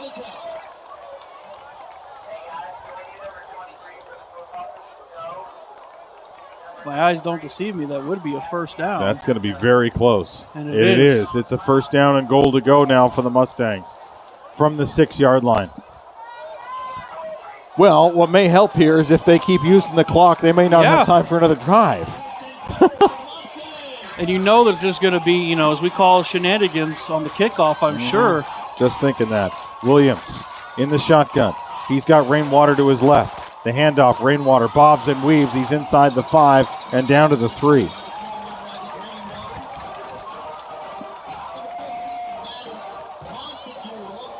I would also venture to say this might be the longest drive we will see in the entire year from anybody. This is the longest drive I think I've seen in my career. We're getting to 8, 9 minutes, maybe 10 if we're really, this is going so long. Coppell defense is pretty gassed at this point, although it's been small yardage for the most part. 2nd down and goal from the 3. Williams keeps it himself. Williams walks in the front door for the touchdown. Just had to keep on pushing, taking advantage of the mistakes on defense, and finally the Mustangs do exactly that. The RPO and Williams just going across the middle, getting the touchdown, and Sachse cuts it to 1. Williams with his 2nd touchdown run caps off a 77-play drive that took about 3 weeks. Damian Munoz on for the extra point, and it's blocked. Cowboys block it. They can pick it up and return it for 2. It's still loose on the field. It keeps getting knocked around. Cowboys have a handle on it now, and pushed out of bounds is Nesiyama before he could get any sort of movement forward. So the extra point blocked. And that could prove to be pivotal here. That would force them to go for 2. So now 28-20 is where we stand. With 5:47 left to go, the Cowboys offense has some work to do. This is Coppell Cowboy football. For those with pure food indulgence, Anamiya's Tex-Mex is the place for you. Anamiya's uses the freshest ingredients in all dishes to offer you the best dining experience. Treat yourself to more than 50 menu choices from the classic to the creative Mexican dish. And not only is Anamiya's the best Mexican restaurant in Coppell, but they're also a top Dallas caterer. Located on the northwest corner of Denton Tap and Sandy Lake, remember, everyone goes home happy after eating Anamiya's. Anamiya's, where contemporary meets sabor. Online at anamiyas.com. There's a time and a place for everything. As you'll see, projections for the next quarter are... He shoots, he scores! 2 points for team middle management. The office is not one of them. Jack, can I see you in my office? No pouting, it's your ball. Let's see what you got. But Whirly Ball is. For corporate events, team building, and private parties, Whirly Ball in Hearst and Plano is electric fun. Test your skills on the arcade games. Zip around in your Whirly Bug for a Whirly Ball competition. Or play the most affordable laser tag in the city. Learn more at whirlyball.info. A 20-play, 10.5-minute drive, aided by 4 Cowboy penalties. And Sachse pulls it within a score, and a fumble on the kickoff, and falling on it in the backfield, and that was a live grenade, and that could have gone really wrong for the Cowboys. Dale Montgomery has to just eat it. Back inside his own 5-yard line. Oof. This is when it's becoming mental at this point, these mistakes. And you can hear the energy that's coming from this Mustang sideline. They were very quiet at the end of the first half. Not so much now, but these mistakes have become so mental. And the offense, Let me just say this. This is a hell of a spot to put Carter Zingelman in the offense in now. You've been out for 10.5 minutes and then some. You're basically cold. 5:43 to go. Cowboys have a 1-touchdown lead, be it an 8-point lead. The handoff, nice curl run around the right end, and McAfee has room to run. He's out to almost to the 20-yard line. They're going to give him the 21, so that's going to be a pickup of 17 yards and a huge run for the Cowboys. Helps when you got 2 great running backs. McAfee getting the hole and just getting that first down, get Zingelman out of his own end zone, and don't have to worry about that kind of drama. So now let's just get back to playing football. 1st down and 10 with a little breathing room for the Cowboys here positionally. They're out to the 21-yard line. Zingelman looks to the sideline, the far sideline, goes to the line, makes a check. 9 on the play clock as he gets back set in the shotgun. He's got McAfee behind him to the left. Play action, nice completion. Anene finds a seam, gets his body positioned to run towards the far sideline, picks up the 1st down out to the 35-yard line.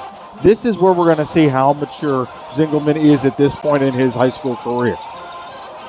Is he composed? to overcome the fumble? Is he composed to get this team methodically down the football field, chew up clock, control the offense, control the tempo, and add some insurance? Yeah, you bring up a point, chew up clock. They're in a position now where they need to have themselves a decently long drive, maybe put up at least 3 points and kind of just make this game over, not have to worry about things defensively.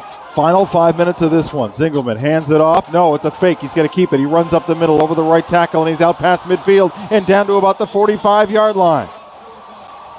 Huge run there. Picks up 20. Zingelman with his legs. It helps when he's got the speed that he has. When the hole opens, he's gone. Gets past midfield to the Sachse 45 at a first down, and it chews up the clock. It does everything. And we need to talk about the fact that this offensive line, yeah, a senior, a sophomore, a junior, a senior, and some bit players here and there, have been able to open up holes for this Cowboys running game, especially Zingelman when he's needed it. Open up holes, and Carter hasn't been sacked. 4:23 to go in the fourth. McAfee curls around the left end. Gets grabbed, but not until he picks up about 4 yards on that run. I've been very impressed by this Cowboys offense today.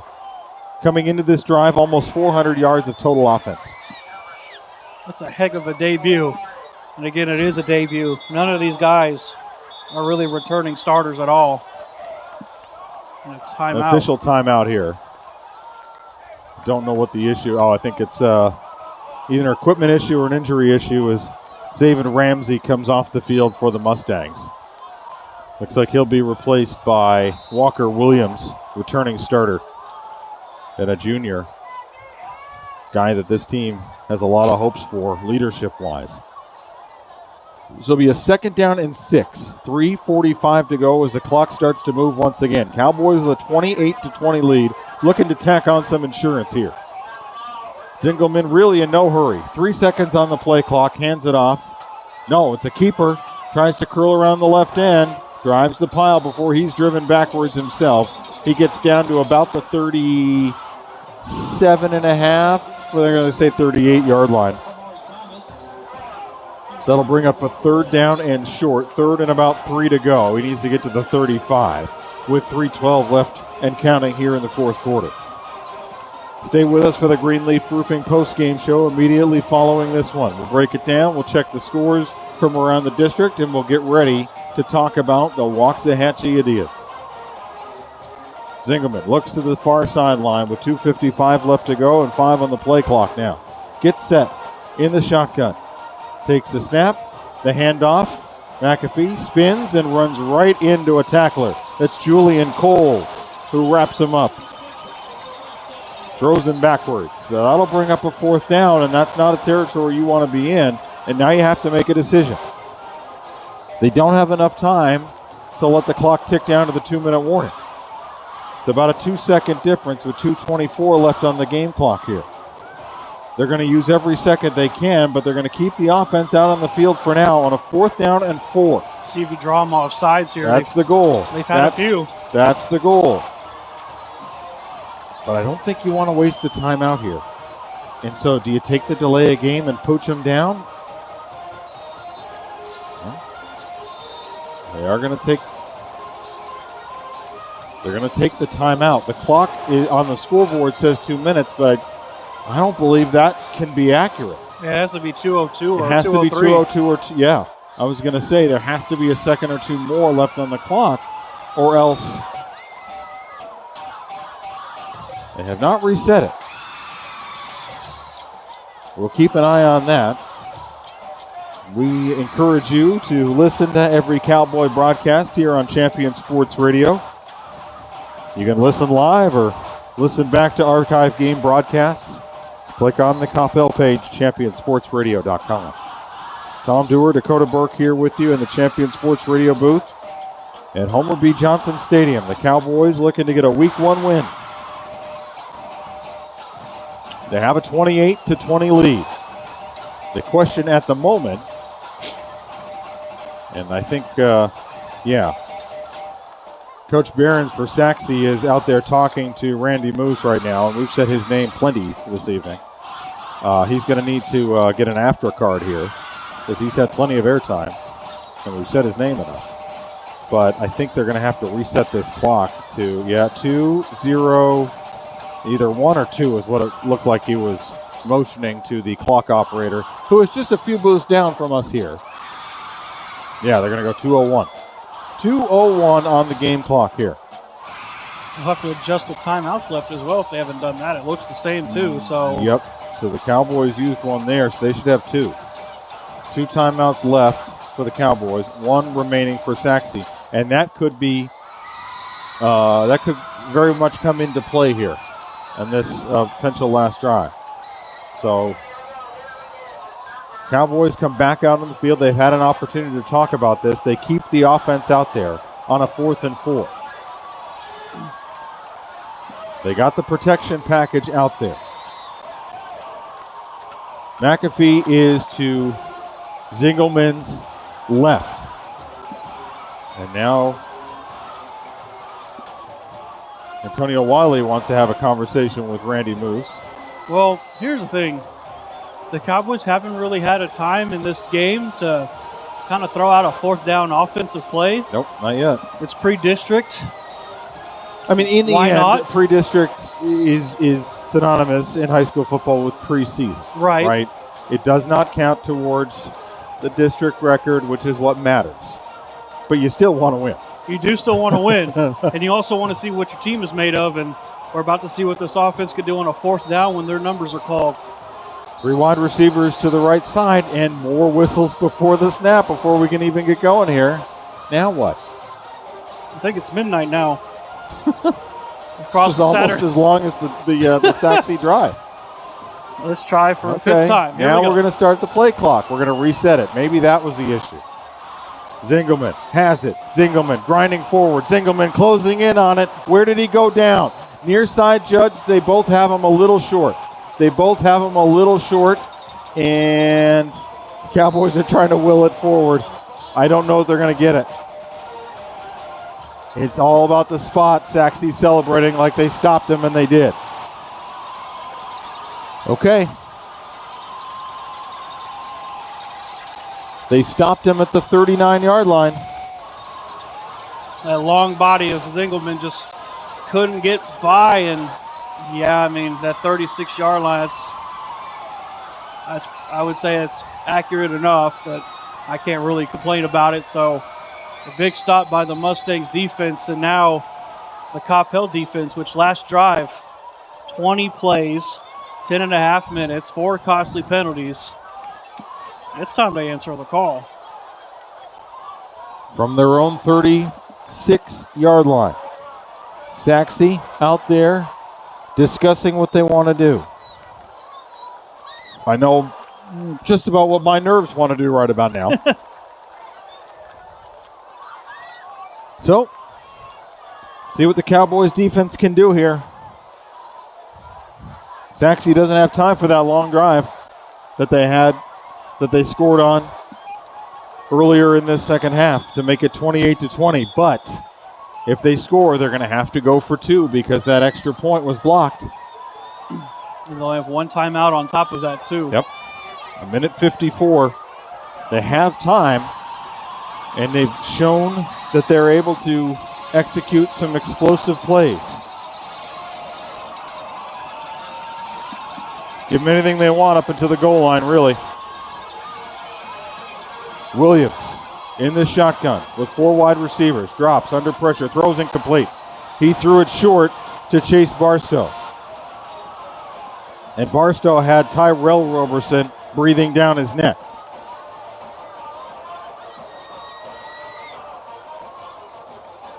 So big incompletion there. Doesn't take much time off the clock, only 3 seconds. So 1:51 left here in the 4th quarter.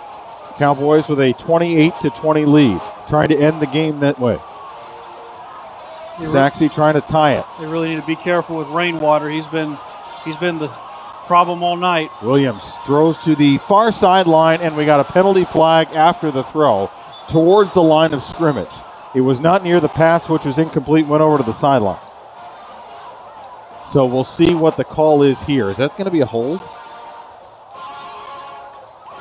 It's not every day you get a hold. Going to be a hold on the interior of the offensive line, maybe? Motioning that way, so it's going to be on Sachse regardless.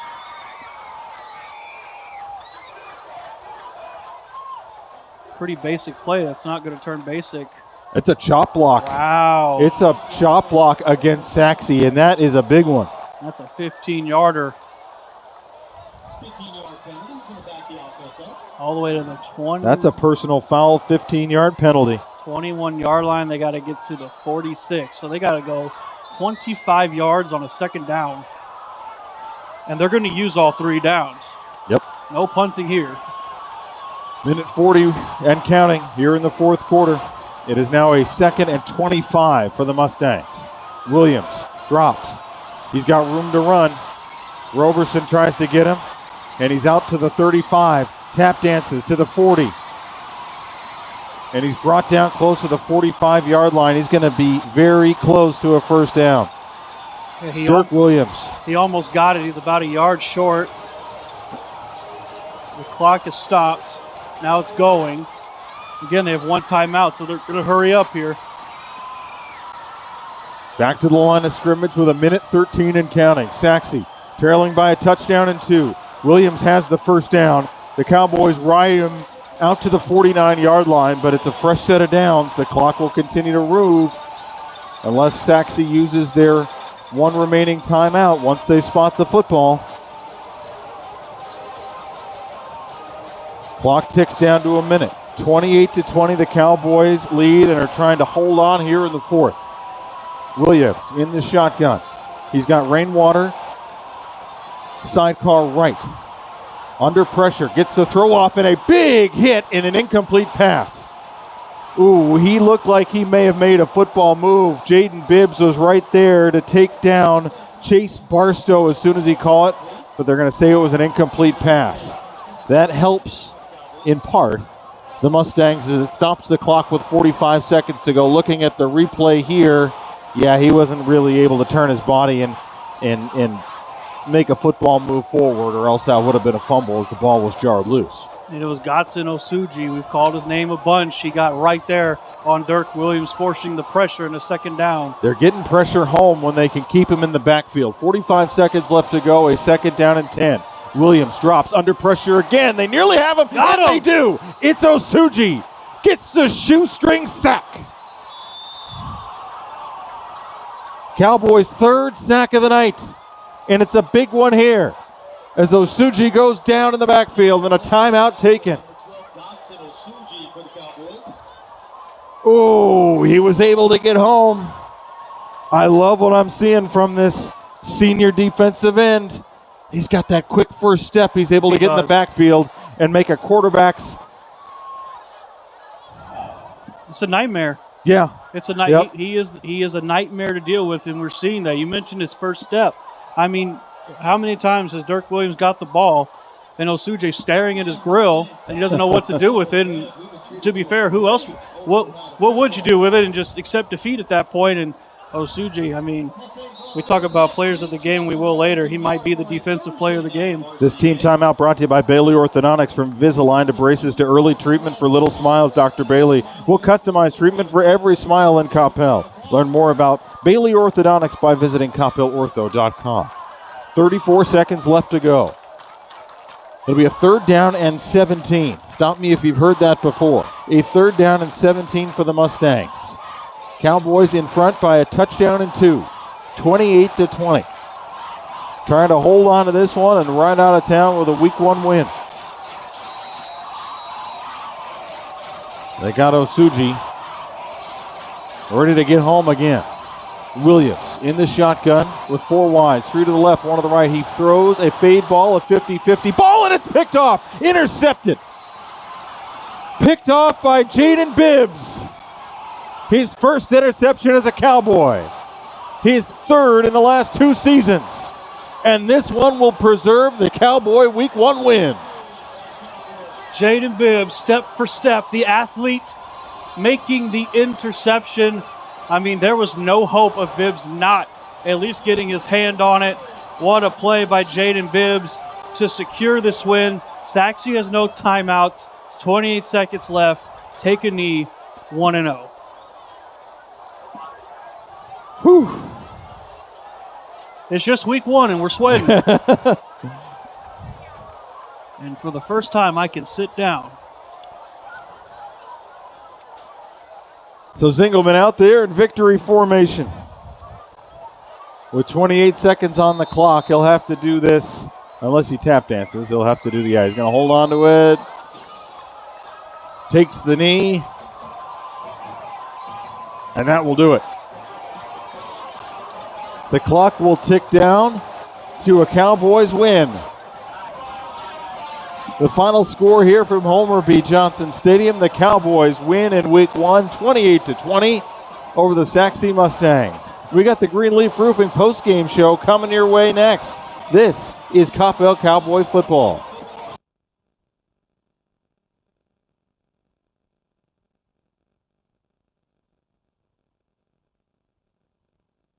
This broadcast is under the direction and is copywritten by Champion Sports Radio. Any rebroadcast, retransmission, or use of the audio stream, and any and all other use of the accounts of this broadcast without the direct written consent and permission of Champion Sports Radio is strictly prohibited. All rights are reserved by Champion Sports Radio and ChampionSportsRadio.com. This is a presentation of Champion Sports Radio, your home for championship broadcasts.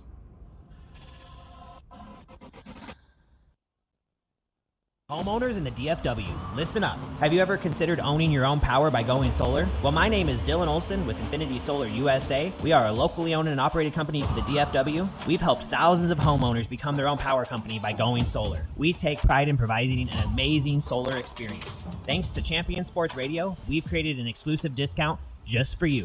To get a free solar savings report, go ahead and give us a call at 469-868-4164. Infinity Solar USA. As the sole provider of the Coppell High School mouthguards, Dr. Bailey and his team have been proudly perfecting and protecting Coppell smiles since 1987. From Invisalign to braces to early treatment for your little smiles, Dr. Bailey will craft a customized treatment for each and every smile in our lovely community. Learn more about who they are and what they do by visiting CoppellOrtho.com. That's Coppell, ORTHO.com. Bailey Orthodontics, proudly serving the Coppell community since 1987. UT Southwestern is the proud sponsor of Coppell High School's First Responders Night. Along with its main campus in Dallas, UT Southwestern sees patients in Frisco, Richardson, Plano, the Park Cities, Las Colinas, Fort Worth, Redbird, and now open in Coppell. UT Southwestern is the #1 hospital in DFW, named by U.S. News and World Report. Thank you, first responders. Go Cowboys! There's a time and a place for everything. As you'll see, projections for the next quarter are... He shoots, he scores! 2 points for team middle management. The office is not one of them. Jack, can I see you in my office? No pouting, it's your ball. Let's see what you got. But Whirly Ball is.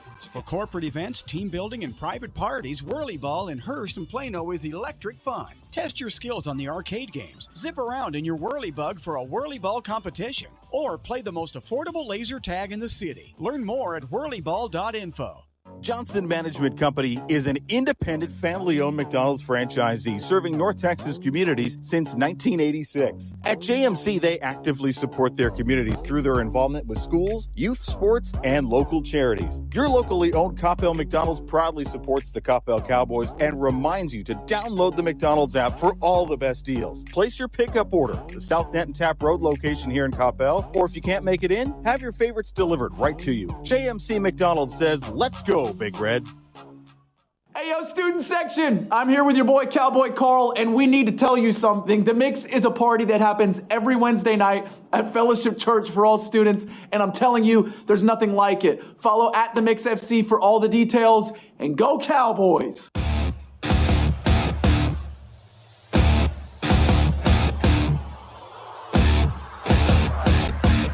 Well, the Cowboys survive a little late-minute threat there, late-game threat, and they come away with a 28-20 win over the Sachse Mustangs. Welcome, everybody, to the Greenleaf Roofing post-game show. The next time you need roof work done, go to greenleaf-roofing.com. Greenleaf Roofing, DFW's preferred roofing company and the official roofing company of Champion Sports Radio. You mentioned a tale of two halves. I could see it. I also think it's week one, but Cowboys, there was a lot to like about the way they played football tonight, and there were some things that need to be cleaned up. Yeah, I mean, offensively, just not a lot of negatives I can think of. I mean, first off, Carlos Engelman, he's pretty good at that old quarterback position. Kind of wondered how he'd do in his first game as a starting quarterback, not just in varsity, but in 6A football. And, I mean, we'll go over the stats, but he looked pretty good. Looks like he knows what he's doing. The offense looks like they're firing on all cylinders. Jaden George, Dylan McAfee. Looks like there's a running back tandem there. A couple of receivers, and Nene and Crew Davis and Ishan Mayer and Evan Mackin. I mean, they all came up and got some catches and made some big plays. Defensively, we saw Jaden Bibbs at the end get the game-sealing interception, and what can we say about Godson Osuji? I mean, he was just a menace out there. So there is definitely a lot of positives to look at. Of course, with every positive, there's negatives. But as far as the positives go for right now, 1-0, your back was against the wall somewhat. You stepped up. You did what you needed to do to get the job done. And it was a heck of a performance by a team that is so fresh and so new. Got to get the penalties cleaned up, though, especially those personal foul penalties. And certainly that'll be a focus of the conversations and the work that's done in practice this week. Couple words about Carter Zingelman. Very impressive first performance here on a Texas 6A stage. Did not look at any point like the moment was too big for him. Mm-hmm. He did have that fumble where the ball kind of squirted out of his hands. But he made a whole lot of good plays tonight, including the 3 touchdown runs, which is kind of what set the tone in the first half for sure. But just really liked what I saw from the young quarterback. Yeah, there was never a moment, like you said, that he looked panicked. There were a couple snaps that were a little awry, and he had to kind of recover and just kind of get things back on track, and he did that every single time. The ball slipping out of your hand. If you play quarterback, tell me a time. Mm-hmm. How many times does that happen to you? You know what I mean? So it's going to happen. So you can't fault him for that. But I mean, the thing is like, okay, he didn't have a passing touchdown, but I don't care how you give a touchdown. You give me 3 rushing touchdowns as a quarterback, that's totally fine because he's a dual threat. So the more rushing touchdowns he gets, the more he sucks in that defense towards him. He launches a deep ball at some point. So, I mean, Carter Zingelman, first game, first start, 6A football. It was just another day in the office for him. And stop me, as I said to you during the break, stop me if you've heard this before.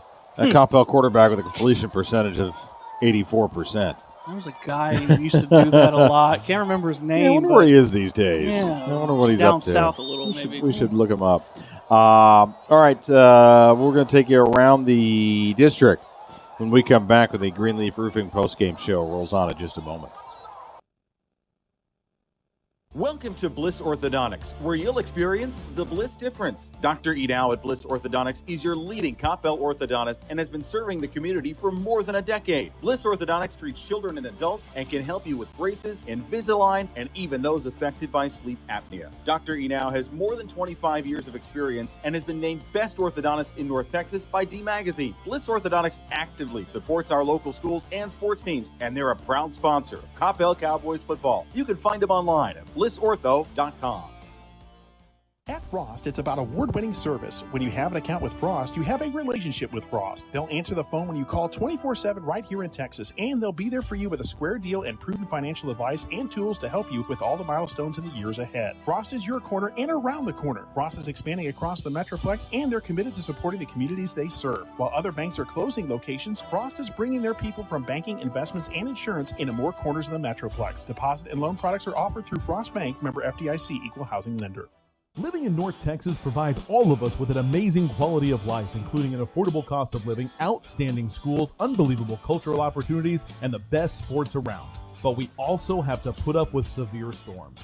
Hi folks, Champion Sports Radio President and founder Thomas Lee here to tell you when a hail or windstorm come through your neighborhood, do what we did and call Greenleaf Roofing. Greenleaf Roofing is a fully insured, locally owned and operated company built on the values of amazing craftsmanship, affordable options, and innovative solutions. And they are proud that those values still stand as a foundation for their business today. And did I mention Greenleaf Roofing has 24-hour emergency service available? It's nice to know Greenleaf Roofing will be there in a hurry if you need them. After the first experience, I became a customer for life and have used them on 3 different homes. But don't just take my word for it. Learn about the Greenleaf Roofing difference yourself by calling them at 972-379-9109 or go online to greenleaf-roofing.com to find out how you can get your free quote. Greenleaf Roofing, the #1 choice for all your roofing needs.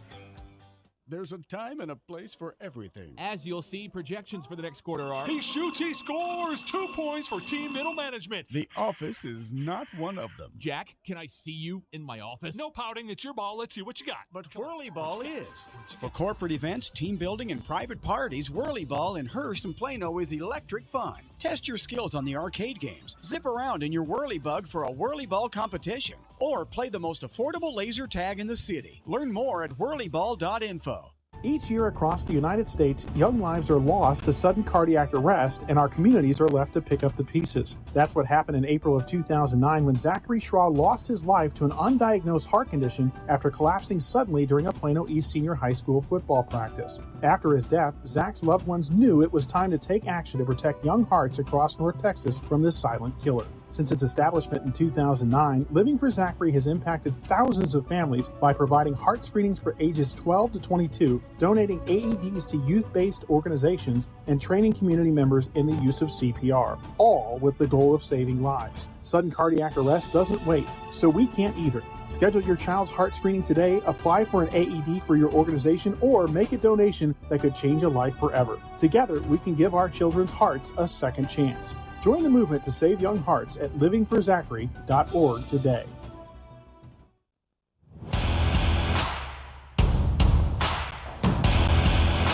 (28-20), the Cowboys win here in Week 1, and just cruising through the stats here just a little bit. There are some numbers I like, and that's when you could put up 400 yards of total offense, and this is your first game of the season. Something's going right. Yeah, no, I think if your first game, all new guys, and you put up 400, I mean, you're going to get the win more often than not, and it shows that your offense is clicking on all cylinders. And I guess, again, can't say much anything negative about the offense. They did their job well. Shout out to the offensive line, too. Let's not forget about them. There were a lot of holes opened up for Zingelman. He didn't even get sacked once as well. Jaden George and McAfee were able to get run. So big shout out to a young but fantastic offensive line who had a great debut, which was contradictory to last year where it was looking a little rough out there for Edward Griffin, and he was running around like a chicken with his head cut off. But this year, they got that sorted out. Guys did a heck of a job.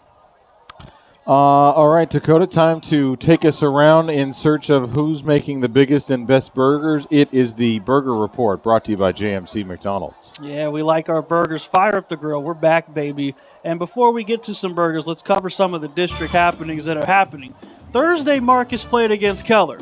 Won, but barely. 31-28 there, so Marcus starting off 1-0 there as well. If you want to call it an upset, well, I'll let you do that.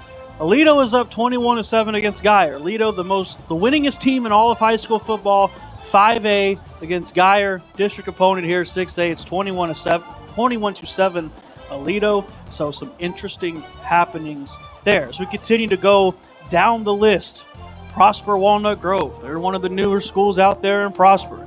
Putting up a 70 burger, 70-7 against Carrollton Newman Smith. Going on down the list, the opponent for next week, Waxahachie. Coppell and Waxahachie at Coppell. 44-7, that game's still going on. Waxahachie with the lead there. Is going to be an interesting matchup. And the team that the Cowboys play in 2 weeks, Arlington Bowie, what if I told you they're up 21-14 against Flower Mound? Well, week 1 is just so interesting right now, isn't it? Frisco Heritage on the verge of a 50 burger, 49-20. You got to get to that 50, though, before I acknowledge your burger. But I acknowledge you're close. Richland with a 50 burger themselves, 52-33 win against Haltom. Highland Park and Rockwall Heath both trying to put up burgers themselves, 42-38. The same for Mansfield Legacy and Justin Northwest. Both have 40 points. It's 43-42 there. Going down the list, there's a lot of games they don't have stats for because it's week 1 and we're all in preseason form, so I have to do a lot of scrolling. North Forney, not just a 50 burger, but a shutout burger so far. 51-0 against Skyline. Arlington Seguin and North Mesquite, that's a final 58-6. Seguin with the win there. And we keep on scrolling, and we keep on scrolling, and scrolling and scrolling. Because we get to our score, and we keep on going. That looks like that's the last active burger, but I will tell you this. The big burger of the night, brought to you by JMC McDonald's, goes to South Grand Prairie. 72 points, a 72-14 final against Rowlett, where they put up almost 500 yards of offense, 291 yards passing, 195 yards on the ground. South Grand Prairie High School, my neck of the woods, with the big burger of week 1, pending any of the scores that go final after we get off the air. I don't want to hear it because I heard it all last year about, oh, well, this team scored this much. Well, we're off the air. What do I know? But anyways, South Grand Prairie High School, the big burger of the night for now. Brought to you by JMC McDonald's, your locally owned Coppell McDonald's, proudly supports the Cowboys. Make sure to download the McDonald's app and pick up your orders at the South Denton Tap Road location in Coppell, or if you're feeling lazy, just have them delivered to you. JMC McDonald's says, let's go, Big Red. I've missed doing that. I can tell you have a passion for the big burgers, especially. This body's built by burgers, man. In other food news, make sure you visit Dakota, or if we can figure out how to post it on my Instagram. We'll figure it out. I'm still not. That might be an error on my part, but we'll see. I'm still not proficient in Instagram. We had a delightful conversation about different types of chips during halftime, as I can only really have with you, because you're the only person who understands me. I'm not saying you agree with me, but I'm saying you're the only person who Your understands me. son has chimed in as well. Yes, so. he has. Well, he was at the Plano East Royce City game, and that was, according to the score, interesting for about a quarter. Yeah. And That's diplomatically saying it. Yep. Okay, so let's get us ready for Waxahachie, and it's a game you had triple circled last year. I think it's incredibly intriguing again this year. Waxahachie, that game came down, much like this kind of did too, to a last-second defensive stand, although that was truly almost last second. But it was a really good game, and I think we're going to have another really good one on our hands next Friday night. This time, it'll be the home opener at Buddy Eccles Field.